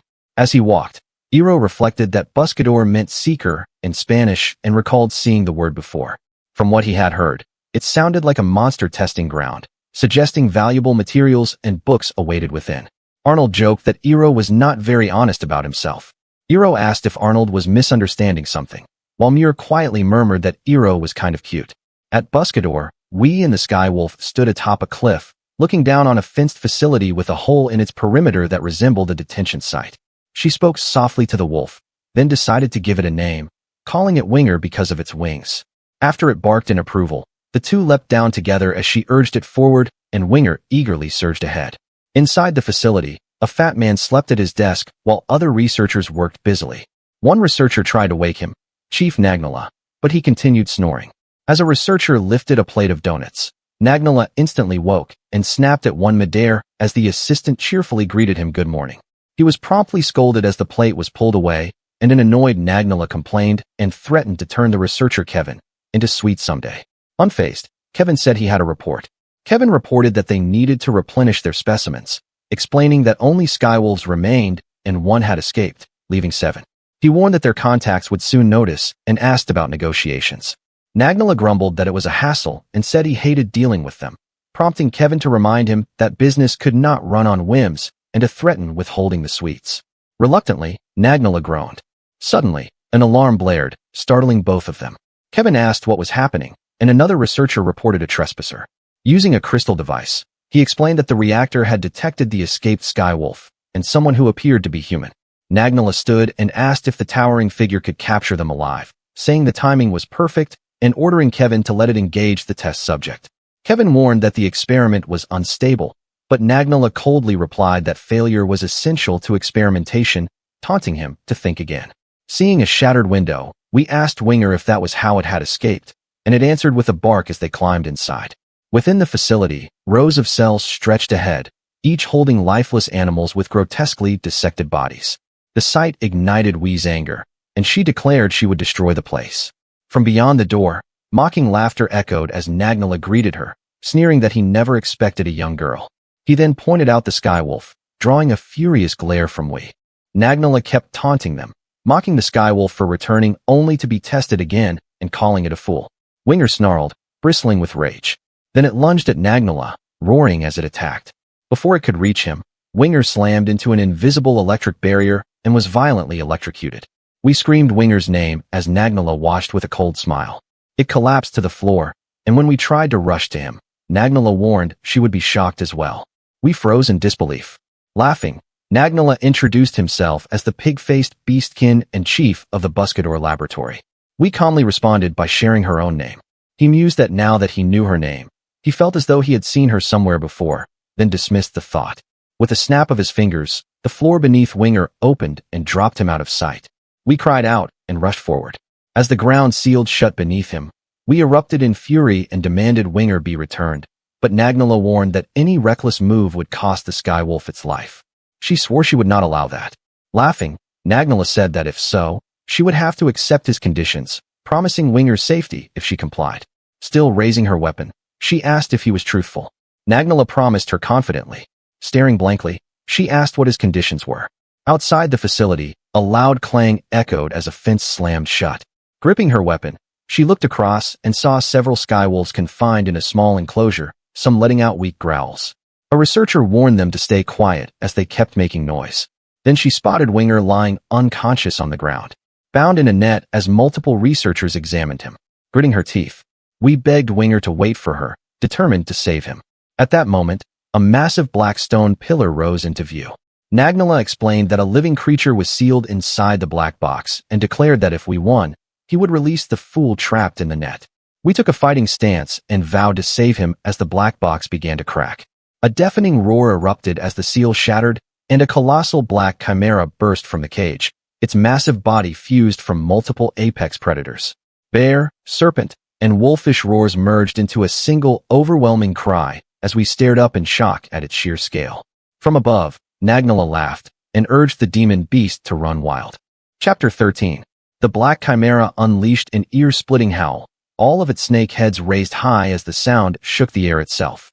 As the demonic beast roared, we studied it closely and realized somberly that the monster was crying. Several serpent heads suddenly shot forward in a blinding rush, hissing in perfect unison, marking the start of the chimera's assault as it lunged toward we with lethal precision. We sprang into motion, swinging her spear in wide arcs as she slashed and hacked at the charging heads. Severed maws and scattered scales flew across the battlefield, yet the chimera's core body remained alive, its central head baring its fangs with a deep, resentful growl. Realizing that cutting away the serpents alone would never be enough, we shifted her strategy and uttered an apology. A glowing flame gathered into a swirling spear of fire before rocketing forward with a thunderous blast. She launched herself into the air, her body twisting upside down as blazing energy spiraled around her spear. With a deafening explosion, we entered the fifth stage of her technique, gathering of flames. The chimera's head was engulfed in fire as we landed heavily on the ground. Kevin adjusted his glasses and acknowledged that the girl had succeeded, even though the black chimera was an S-rank monster. Kevin reacted in shock as Nagnala turned his back, asking if the experiment was still running.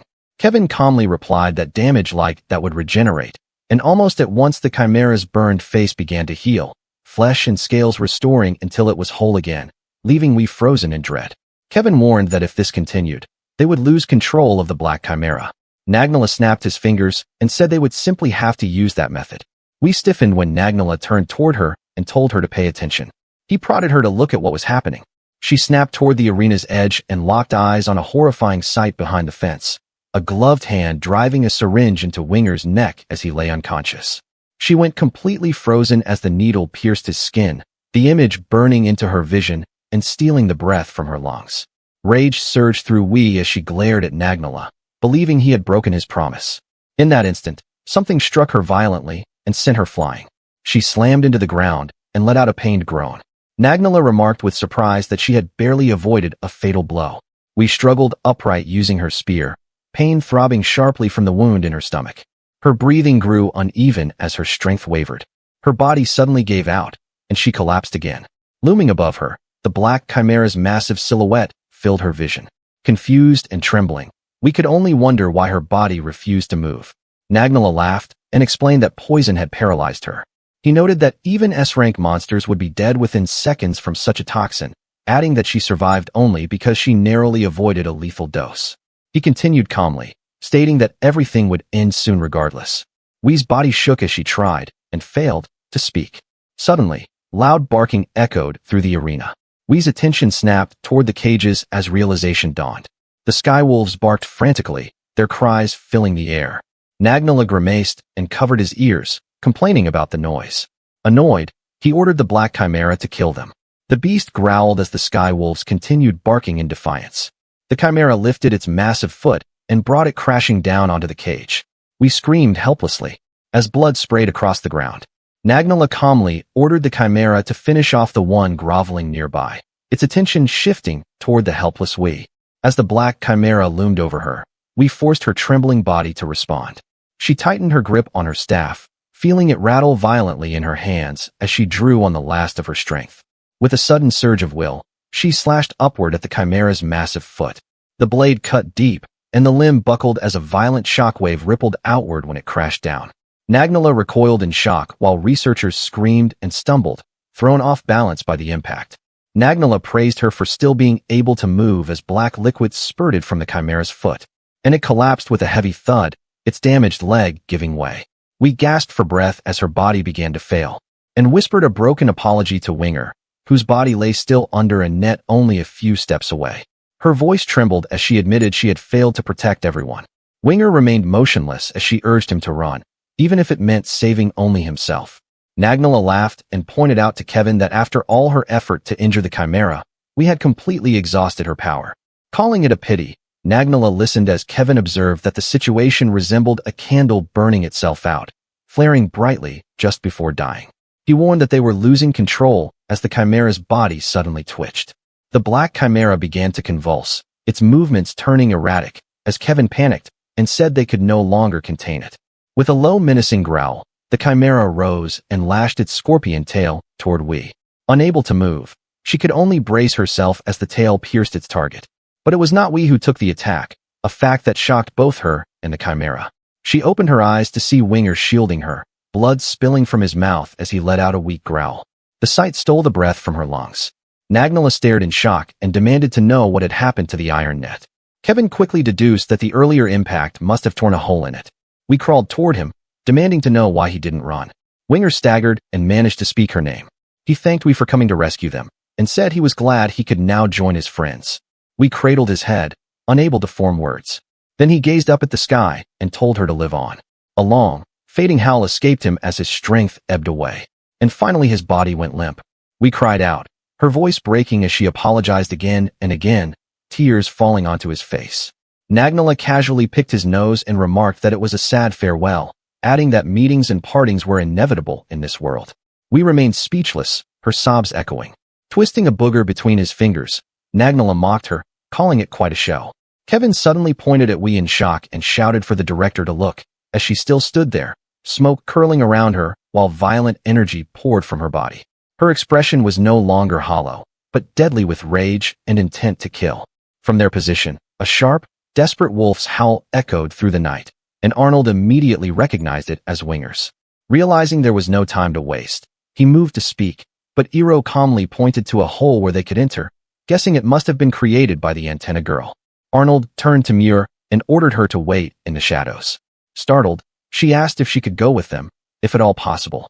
Arnold flared with anger and refused outright, saying he had no idea what dangers lay inside.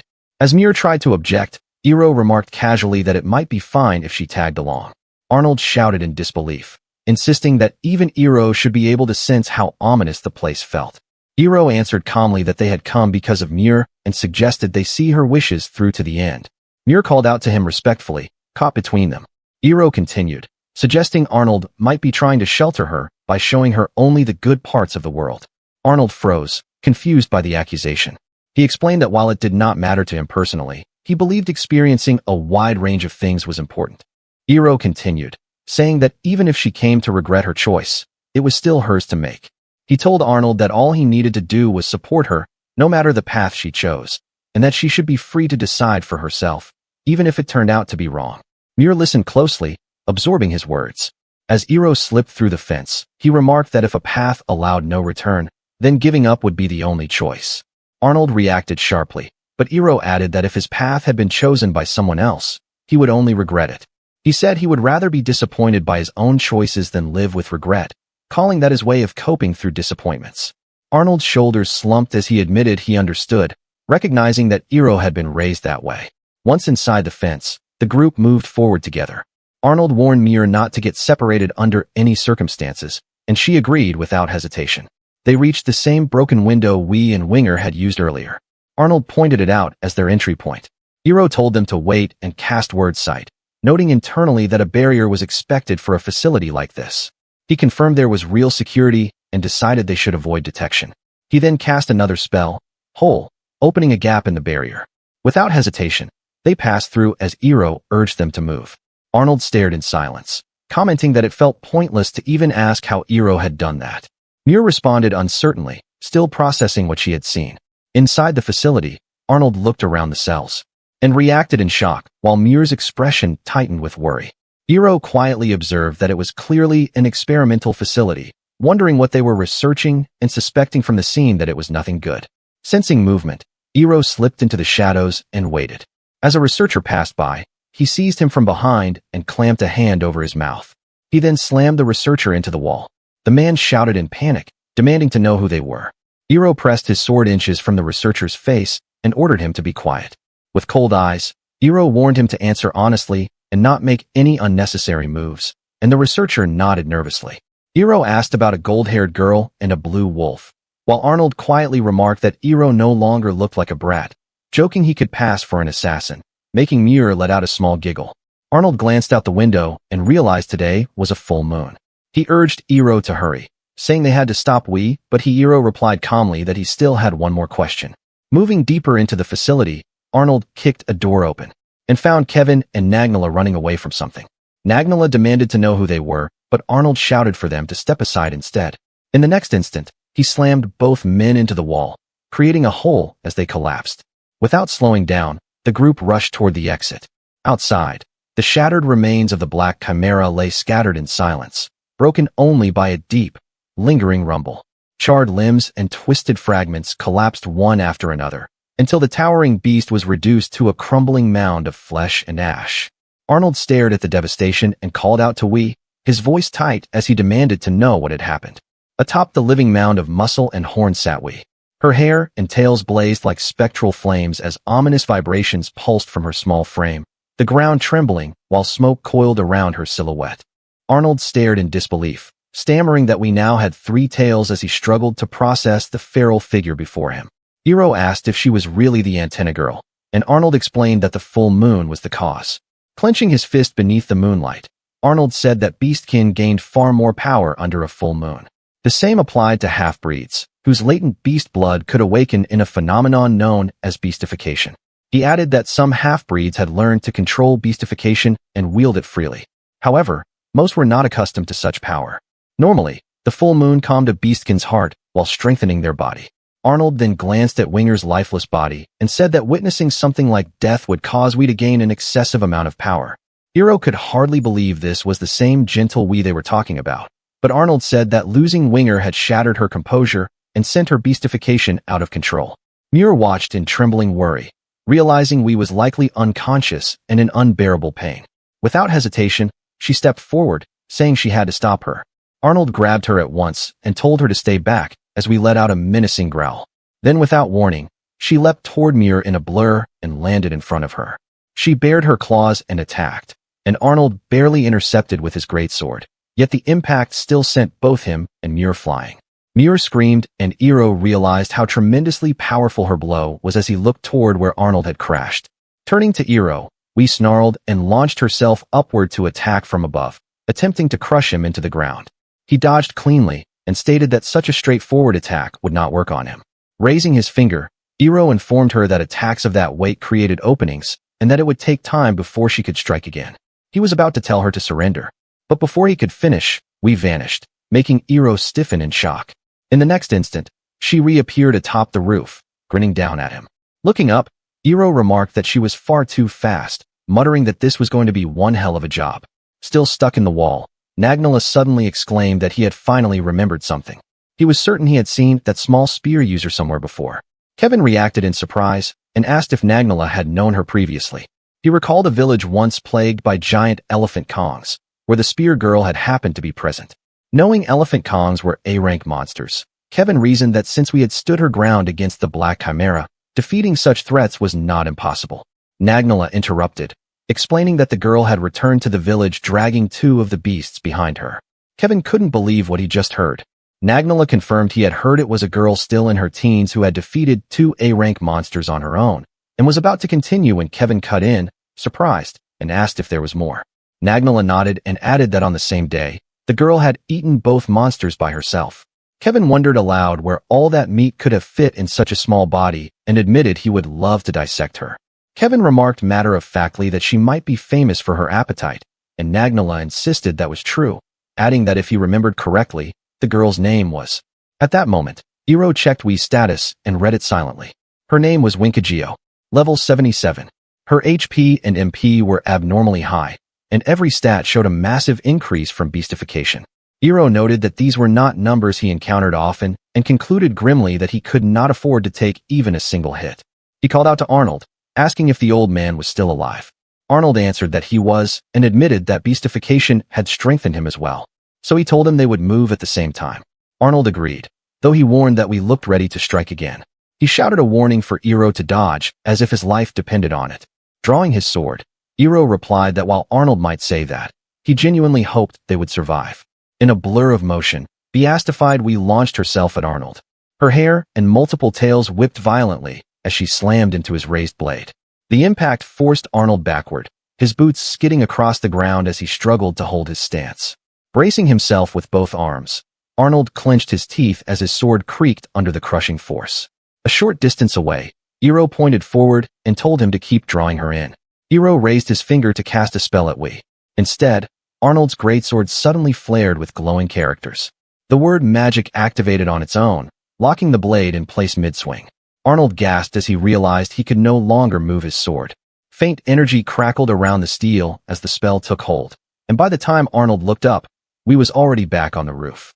Hiiro calmly noted she had dodged at point-blank range, while Arnold shouted his name in frustration, only growing louder when Hiiro briefly apologized and told him to wait. Hiiro calmly said there was no need to worry and claimed he could return everything to how it was.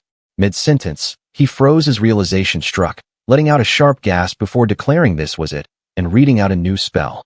He admitted it was surprising it had taken him so long, then pointed to Arnold's greatsword and said there was a way to return Wii to normal, though he added there was one problem. He explained that he could not hit her with his characters because she was too fast. Arnold agreed immediately. That was why Arnold needed to stop her movement, even if only for a moment. Hiiro added that if he could land this character on her, everything would end. As he traced the word origin in the air, Arnold frowned. Arnold argued that immobilizing the current Wii was unreasonable. Even so, he asked if Hiiro truly believed his magic could stop her abnormal power. Admitting it defied common sense, Arnold waited as Hiiro fell silent to think. Smiling confidently, Hiiro declared that he would distort that common sense with his magic. At that moment, Muir stepped forward and said she would help too. Both Arnold and Hiiro frowned at her. Arnold firmly told Muir not to step forward, warning that Wii, who was now licking her palm while perched atop the roof, was no longer sane and was now the strongest among them. Muir quietly admitted she knew she was weak, but with sudden seriousness said she still wanted to do something for Wee. Arnold dropped to one knee and said he understood how she felt, asking her to listen. As he began to warn her, Muir interrupted, admitting she already knew she would only get in the way. But she could not stand by while Wee appeared to be crying. Placing a hand over her chest, Muir said she could feel it clearly. Wee's pain, sadness, and guilt were all pouring into her. Arnold froze, startled by the claim. He wondered if Muir could truly hear Wee's feelings. He remembered how she once struggled to speak for herself and realized how much she had grown. Painfully accepting her resolve, he stood and said he would not stop her. Muir's face brightened at once, clearly relieved by his decision. Arnold reminded her they were still in the middle of a fight and that she could not act directly, but suggested she convey what Wee was feeling instead. Feeling useful at last, Muir nodded in agreement. At that moment, Iroh, Arnold, and Muir all took fighting stances. Iroh calmly noted that Wee was coming as she dropped down from above and landed before them, unleashing her next attack. Elsewhere, Nagnala remarked that if he now remembered correctly, the girl's name had been Whiskey Jean or something. Kevin cast him a suspicious look and said Nagnala had never shown interest before. He guessed he had either forgotten the name or remembered it wrong. As they spoke, another figure approached and politely asked what had happened, addressing the director. Kevin recognized the voice and asked if the newcomer was the organization's liaison, who confirmed it and dryly remarked that being part of a wall was an odd hobby. Nagnala protested and demanded to be pulled out, leaving the liaison momentarily silent as Kevin apologized and explained they were stuck due to unforeseen circumstances. Once freed, Nagnala brushed herself off and complained about getting dirty. The liaison then recited a description of a group led by a boy in a red robe, accompanied by a yellow-haired girl with a long spear. To him, Nagnala seemed to have invited troublesome guests. Feigning ignorance, Nagnala asked what he meant. The liaison replied that the girl was Winko of Moonlight, their greatest enemy, and added that this might be good fortune. He excused himself and left, while Kevin and Nagnala watched in silence. Kevin thought the man was quite a hard worker. Nagnala scoffed, saying he could not understand why he would work for that organization, and muttered the wrong organization's name, prompting Kevin to correct him. It was the Beast's Cage. Back on the battlefield, Arnold roared and brought his sword down in a powerful slash. We stepped back, evading the strike with agile footwork. In the same breath, Arnold reappeared behind her, closing the distance instantly with Iroh's magic. He briefly marveled at how versatile Iroh's magic was as it boosted his speed. He struck the back of her neck, certain he had caught her. But we sensed it and escaped, snapping a tail around Arnold's arm and wrapping it tight. Arnold panicked as his arm was bound completely. A heartbeat later, we slammed him into the ground with brutal force. Pain tore from Arnold as the impact cracked the earth beneath him. She followed through, raising her fist for a crushing blow. Before the strike could land, Muir stepped in and screamed for her to stop, freezing we mid-motion. Muir shouted that they were not her enemies, and we answered with a deep, guttural growl. Then, through the beast-like rumble, we remembered their names: Muir, Arnold, and Iroh, struggling to pull herself back. Wee's gaze drifted past them to Winger's motionless body. A raw, broken cry tore from her throat as she lurched forward, unleashing echoing howls that spread her grief across the battlefield, her eyes gleaming with feral intensity as she charged again, power surging out of control. From the sidelines, Iroh and Muir shouted for Arnold to dodge. Arnold barely had time to brace himself, and her punch slammed into his stomach with overwhelming force. The ground cracked violently beneath them. Arnold screamed in agony, with blood gushing out of his abdomen. Muir froze in disbelief, her heart shattered at the sight. She ran toward her uncle, screaming to herself that this could not be happening. Still growling, we lashed out blindly, smacking Muir across her face, sending her crashing to the ground. Pain flared as Muir cried out. Then, glaring through tears, she forced herself up and called Wee's name. We were crying now. Choked sounds escaped her as tears streamed down her face. Muir realized the truth. The one suffering the most was Wee herself. Clenching her fist, Muir forced herself to stand. She walked toward Wee, telling herself not to mistake her for an object of hatred. Step by step, she moved closer as we remained frozen, trembling violently. A strained sound escaped Wee's throat, but Muir did not flinch and softly asked if she was sad, if she was in pain. Reaching up to Wee's face, Muir gently told her it was all right. Closing her eyes, she admitted she wasn't scared of her. Then a bright sphere of light formed around them as Muir wrapped her arms around Wee's head and pulled her into a tight embrace. Together, they sank to their knees, and Muir begged her to come back and return to the gentle Wee they knew. Wee sobbed as her consciousness returned, hugging Muir back while apologizing to everyone. The glowing sphere slowly rose into the sky as Iiro watched from a distance in silent witness. Wii's face filled with regret as she apologized over and over, her guilt clearly written all over her. Arnold gave her a reassuring smile and tapped his stomach, telling her not to worry since Iiro's magic had healed him completely. Looking down at her hands, Wii said she never wanted to hurt any of them, but her body had moved on its own no matter how hard she resisted. She explained that Muir's hug brought a warm sensation that let her return to normal. Muir flushed red and awkwardly stammered Wii's name, while Iiro quietly wondered what had happened back then when faint light rose from Muir's ears. Arnold admitted to Wii they shared the blame, saying that if they had arrived sooner, the Skywolves might have been saved. She gently brushed Winger's face, saying she was glad they came when they did, and suggested building a grave for Winger and the Skywolves in a beautiful place. Arnold frowned for a moment, then agreed. Turning to Iiro, and clenching his fist, he told him he wanted to destroy the facility. Iiro smiled behind his glasses and said it was a coincidence, since he felt like going on a rampage as well. We suddenly noticed movement and stared at Winger's lifeless body as blood began to seep out from beneath it. They were all stunned when a baby Skywolf crawled out from beneath Winger's body with a weak whine. We gently lifted the tiny Skywolf into her arms as they just realized that Winger had been pregnant. We vowed to protect Winger's pup no matter what, as the baby Skywolf whimpered softly in her arms. Suddenly, Nagnala appeared, scoffing that he had no interest in such melodrama. We looked up at him in disgust as he wore a cold, mocking smile. Staggering, we called out to him in anger as Muir watched anxiously. Arnold warned her not to push herself, reminding her that the backlash from going berserk would be severe, but Nagnala only laughed, producing a remote-like device and saying it made no difference. He announced that they would all be crushed together and pressed the button, making Iiro's eyes widen in alarm. Part of the facility exploded, sending debris raining down toward them. Iiro immediately activated his magic, invoking his word Magic Protect, as a barrier unfolded around the group and shielded them from the falling rubble. Nagnala looked stunned and admitted that Iiro's magic was unexpected.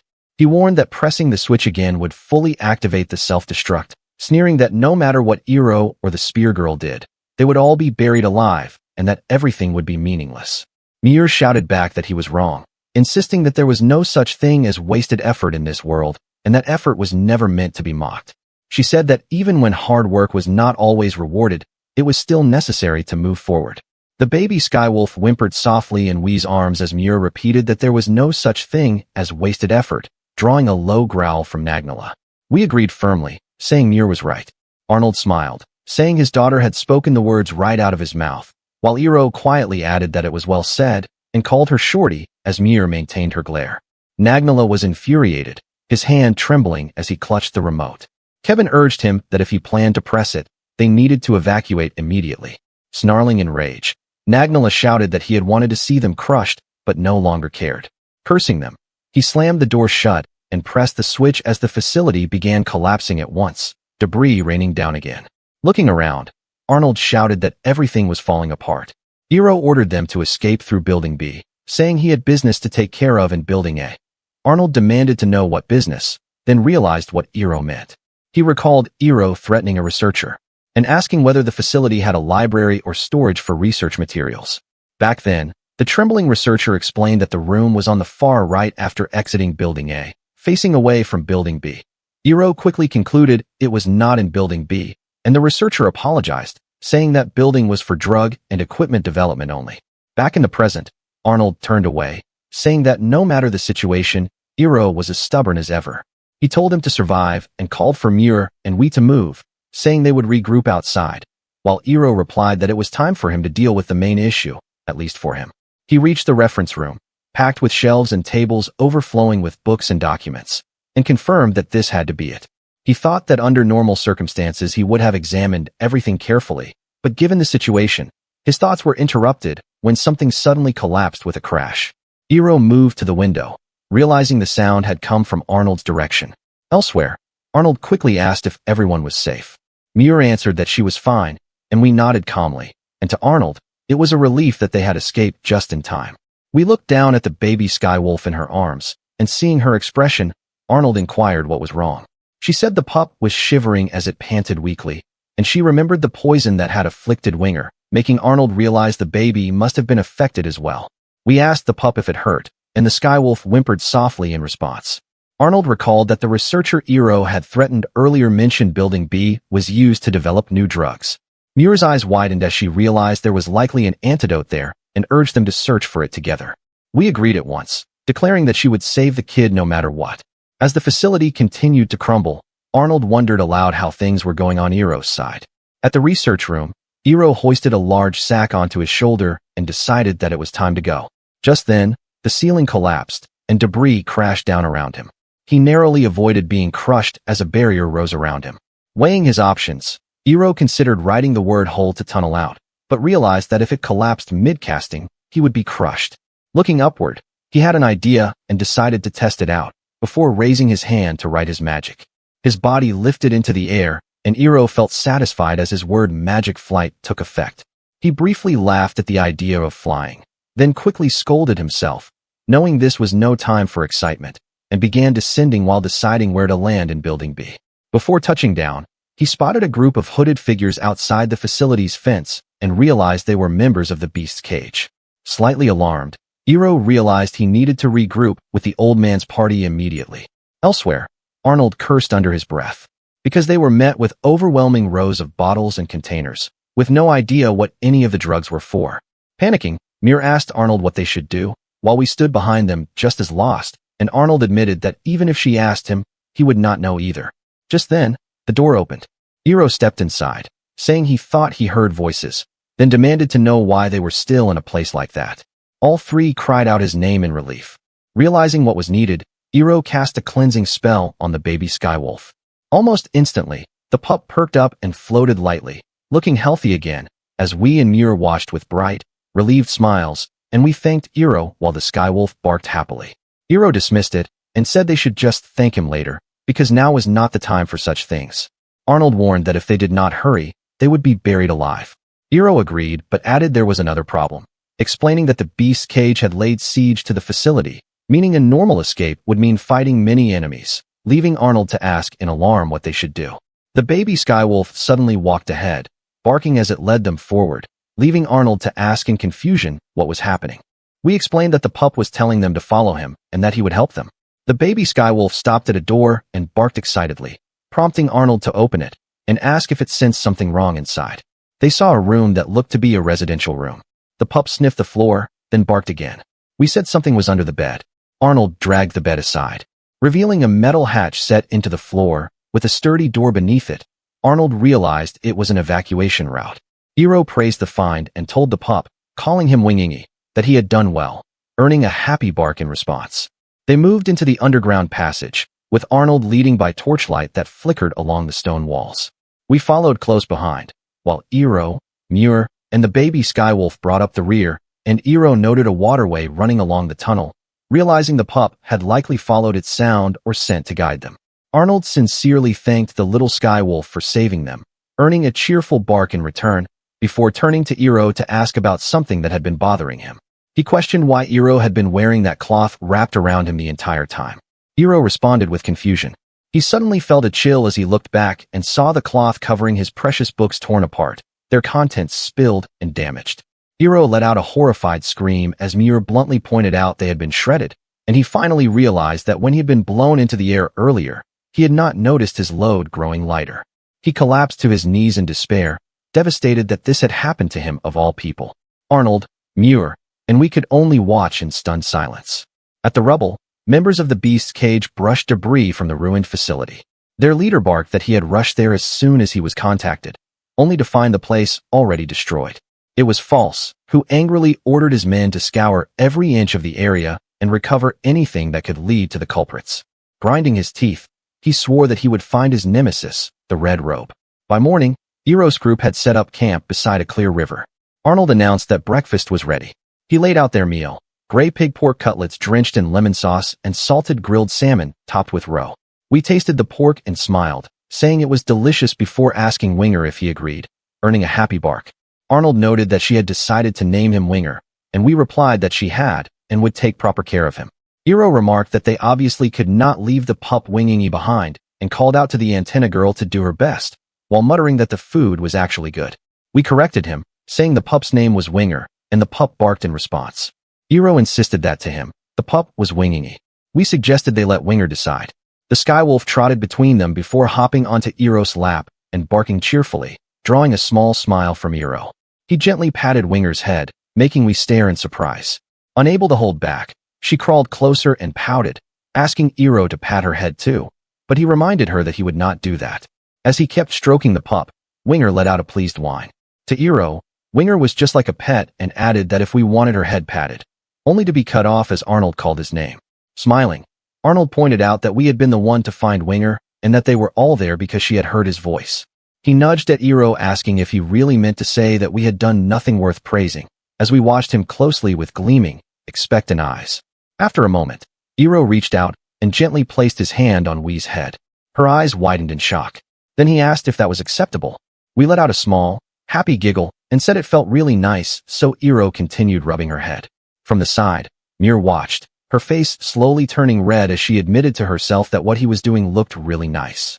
Noticing her reaction, Arnold said that we looked truly happy and added that she had never had parents who could pat her head like that, leaving Mir to pause in silence. Mir then smiled softly and agreed, murmuring that we had been alone all this time. After they finished eating, Hiiro said it was time to wash the dishes, and as Mir carried the plates with we toward the river, she quietly said it had felt nice, admitting in her thoughts that she was jealous. We looked at her and said Hiiro should pat Mir as well. Mir's face flushed bright red as she trembled and said she had not done anything deserving of that. But internally, she thought it would be nice to be his pet someday, earning pats on her head. Determined, Mir scrubbed the dishes vigorously in the river, vowing not to lose to Wii. Watching her, Arnold smiled and commented that she was doing a very thorough job. In Courier's Forest, the hero's party walked beneath the trees as the topic of the black-haired, bespectacled man in the red robe came up again. Vale confirmed there had been another report, saying a research facility called Buscador had been attacked by bandits, prompting Shuri to ask if he was sure it was the same person. Vale admitted it was possible he was mistaken, but pointed out that someone with such distinctive features was rare. Taisher wondered how Iro Okamura must be doing. He admitted that he still felt guilty for dragging him into all of it, but Chika corrected him and urged him to focus on getting stronger instead. Shinobu agreed, mentioning rumors of an impending war with the Beastkin, and as Taisher thought about the war, he gazed up at the sky, wondering where Okamura was now and what he was doing. Somewhere far away, Iro studied a map and said that according to it, the nearest town was Surge, which was to be their next destination. Nearby, Arnold fought off cactus-like monsters and shouted for Iro to help first. With a sigh, Iro said it could not be helped, then joined the battle and impatiently urged them to finish things quickly. Far north of the human nation of Victorias stood the demon country of Zeos, its towering walls and countless spires looming against distant mountains as a stark symbol of demonkin authority. At the same time, quiet news spread that Iro and his companions had destroyed the Buscador laboratory and ended its inhumane experiments. Yet their victory brought no peace as its consequences began rippling far beyond human lands. Inside a grand chamber, a meeting was already underway as representatives of many races sat in tense silence around a long table. A young attendant bowed and announced the arrival of Her Majesty Avim, who sat at the head of the chamber and acknowledged it calmly, her quiet presence commanding the room. As the assembled leaders turned to her, Avim spoke without delay, saying she would be direct and without pretense. She revealed that humankind had successfully summoned their heroes, and the words fell heavily over the chamber as silence took hold and expressions tightened. Avim explained that the information came from a mole in human territory named Tekel, who had been quietly observing events. A broad-shouldered representative noted that this explained Tekel's absence from the conference, and Avim replied calmly that his absence was due to recent activity in Beast territory, as expected. Another leader agreed quietly, concluding that under these circumstances, the Beastkin warranted greater caution than humankind. A sharp-featured man with spiked hair reacted with irritation. He revealed that a delayed report had reached him. His subordinates had been attacked.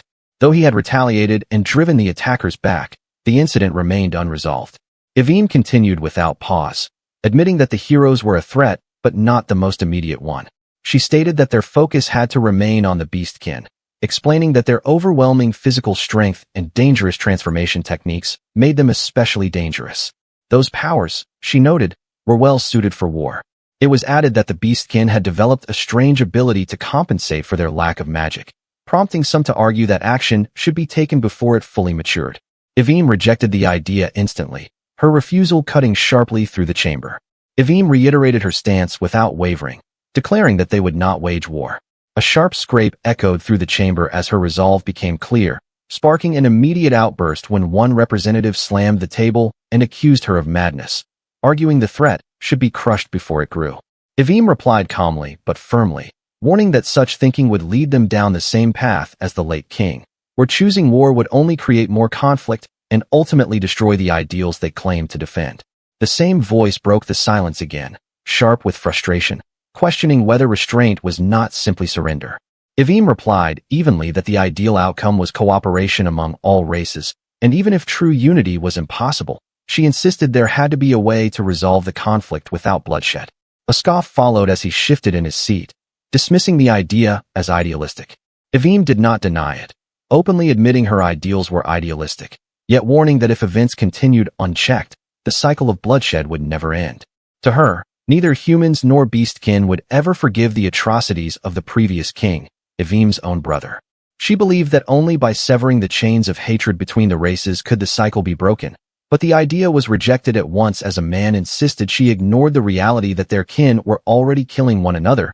He argued they could not accept her ideals while their own kin were dying even now, scoffing at her persistence that no action be taken until peace itself could be achieved. He demanded to know when peace would truly come, asking if it would only arrive after they had all perished, a path he claimed would endanger all demonkin. Evim did not answer at once, her expression tightening as the weight of that responsibility settled on her. She attempted to speak, but her words faltered before she could finish, and silence filled the chamber. Moments later, the meeting ended, leaving the hall empty except for two remaining leaders. One of the remaining beastkin leaders turned to Aquinas and asked for his view on Evim's ideals. Aquinas stayed silent for a moment, the pause speaking for itself, before bluntly dismissing them as naive, too naive to survive the reality they faced. Even so, he continued that if a world without pain truly existed, he would wish to see it himself. There was no mockery in his tone, only distant longing, yet he added that as long as they alone pursued such an ideal, reality would answer them with cruelty. His thoughts did not end there. He raised another possibility. If someone existed without racial bias, capable of standing between nations and forging bonds, then such a future might not be impossible. The beastkin leader quietly wondered whether such a task was impossible even for Evim herself. As their footsteps echoed through the corridor, Aquinas added that even as the demonkin's representative, she could not bear such a burden alone. His companion asked Aquinas plainly whether he still intended to support Her Majesty. After a brief pause, Aquinas answered without hesitation, saying he had sworn his loyalty long ago and that vow had not changed, earning quiet acknowledgement as their footsteps faded into the distance. Aquinas then raised the idea of appointing a mediator, only to dismiss it himself as too idealistic. The word lingered in the air, marking the vast gap between hope and reality.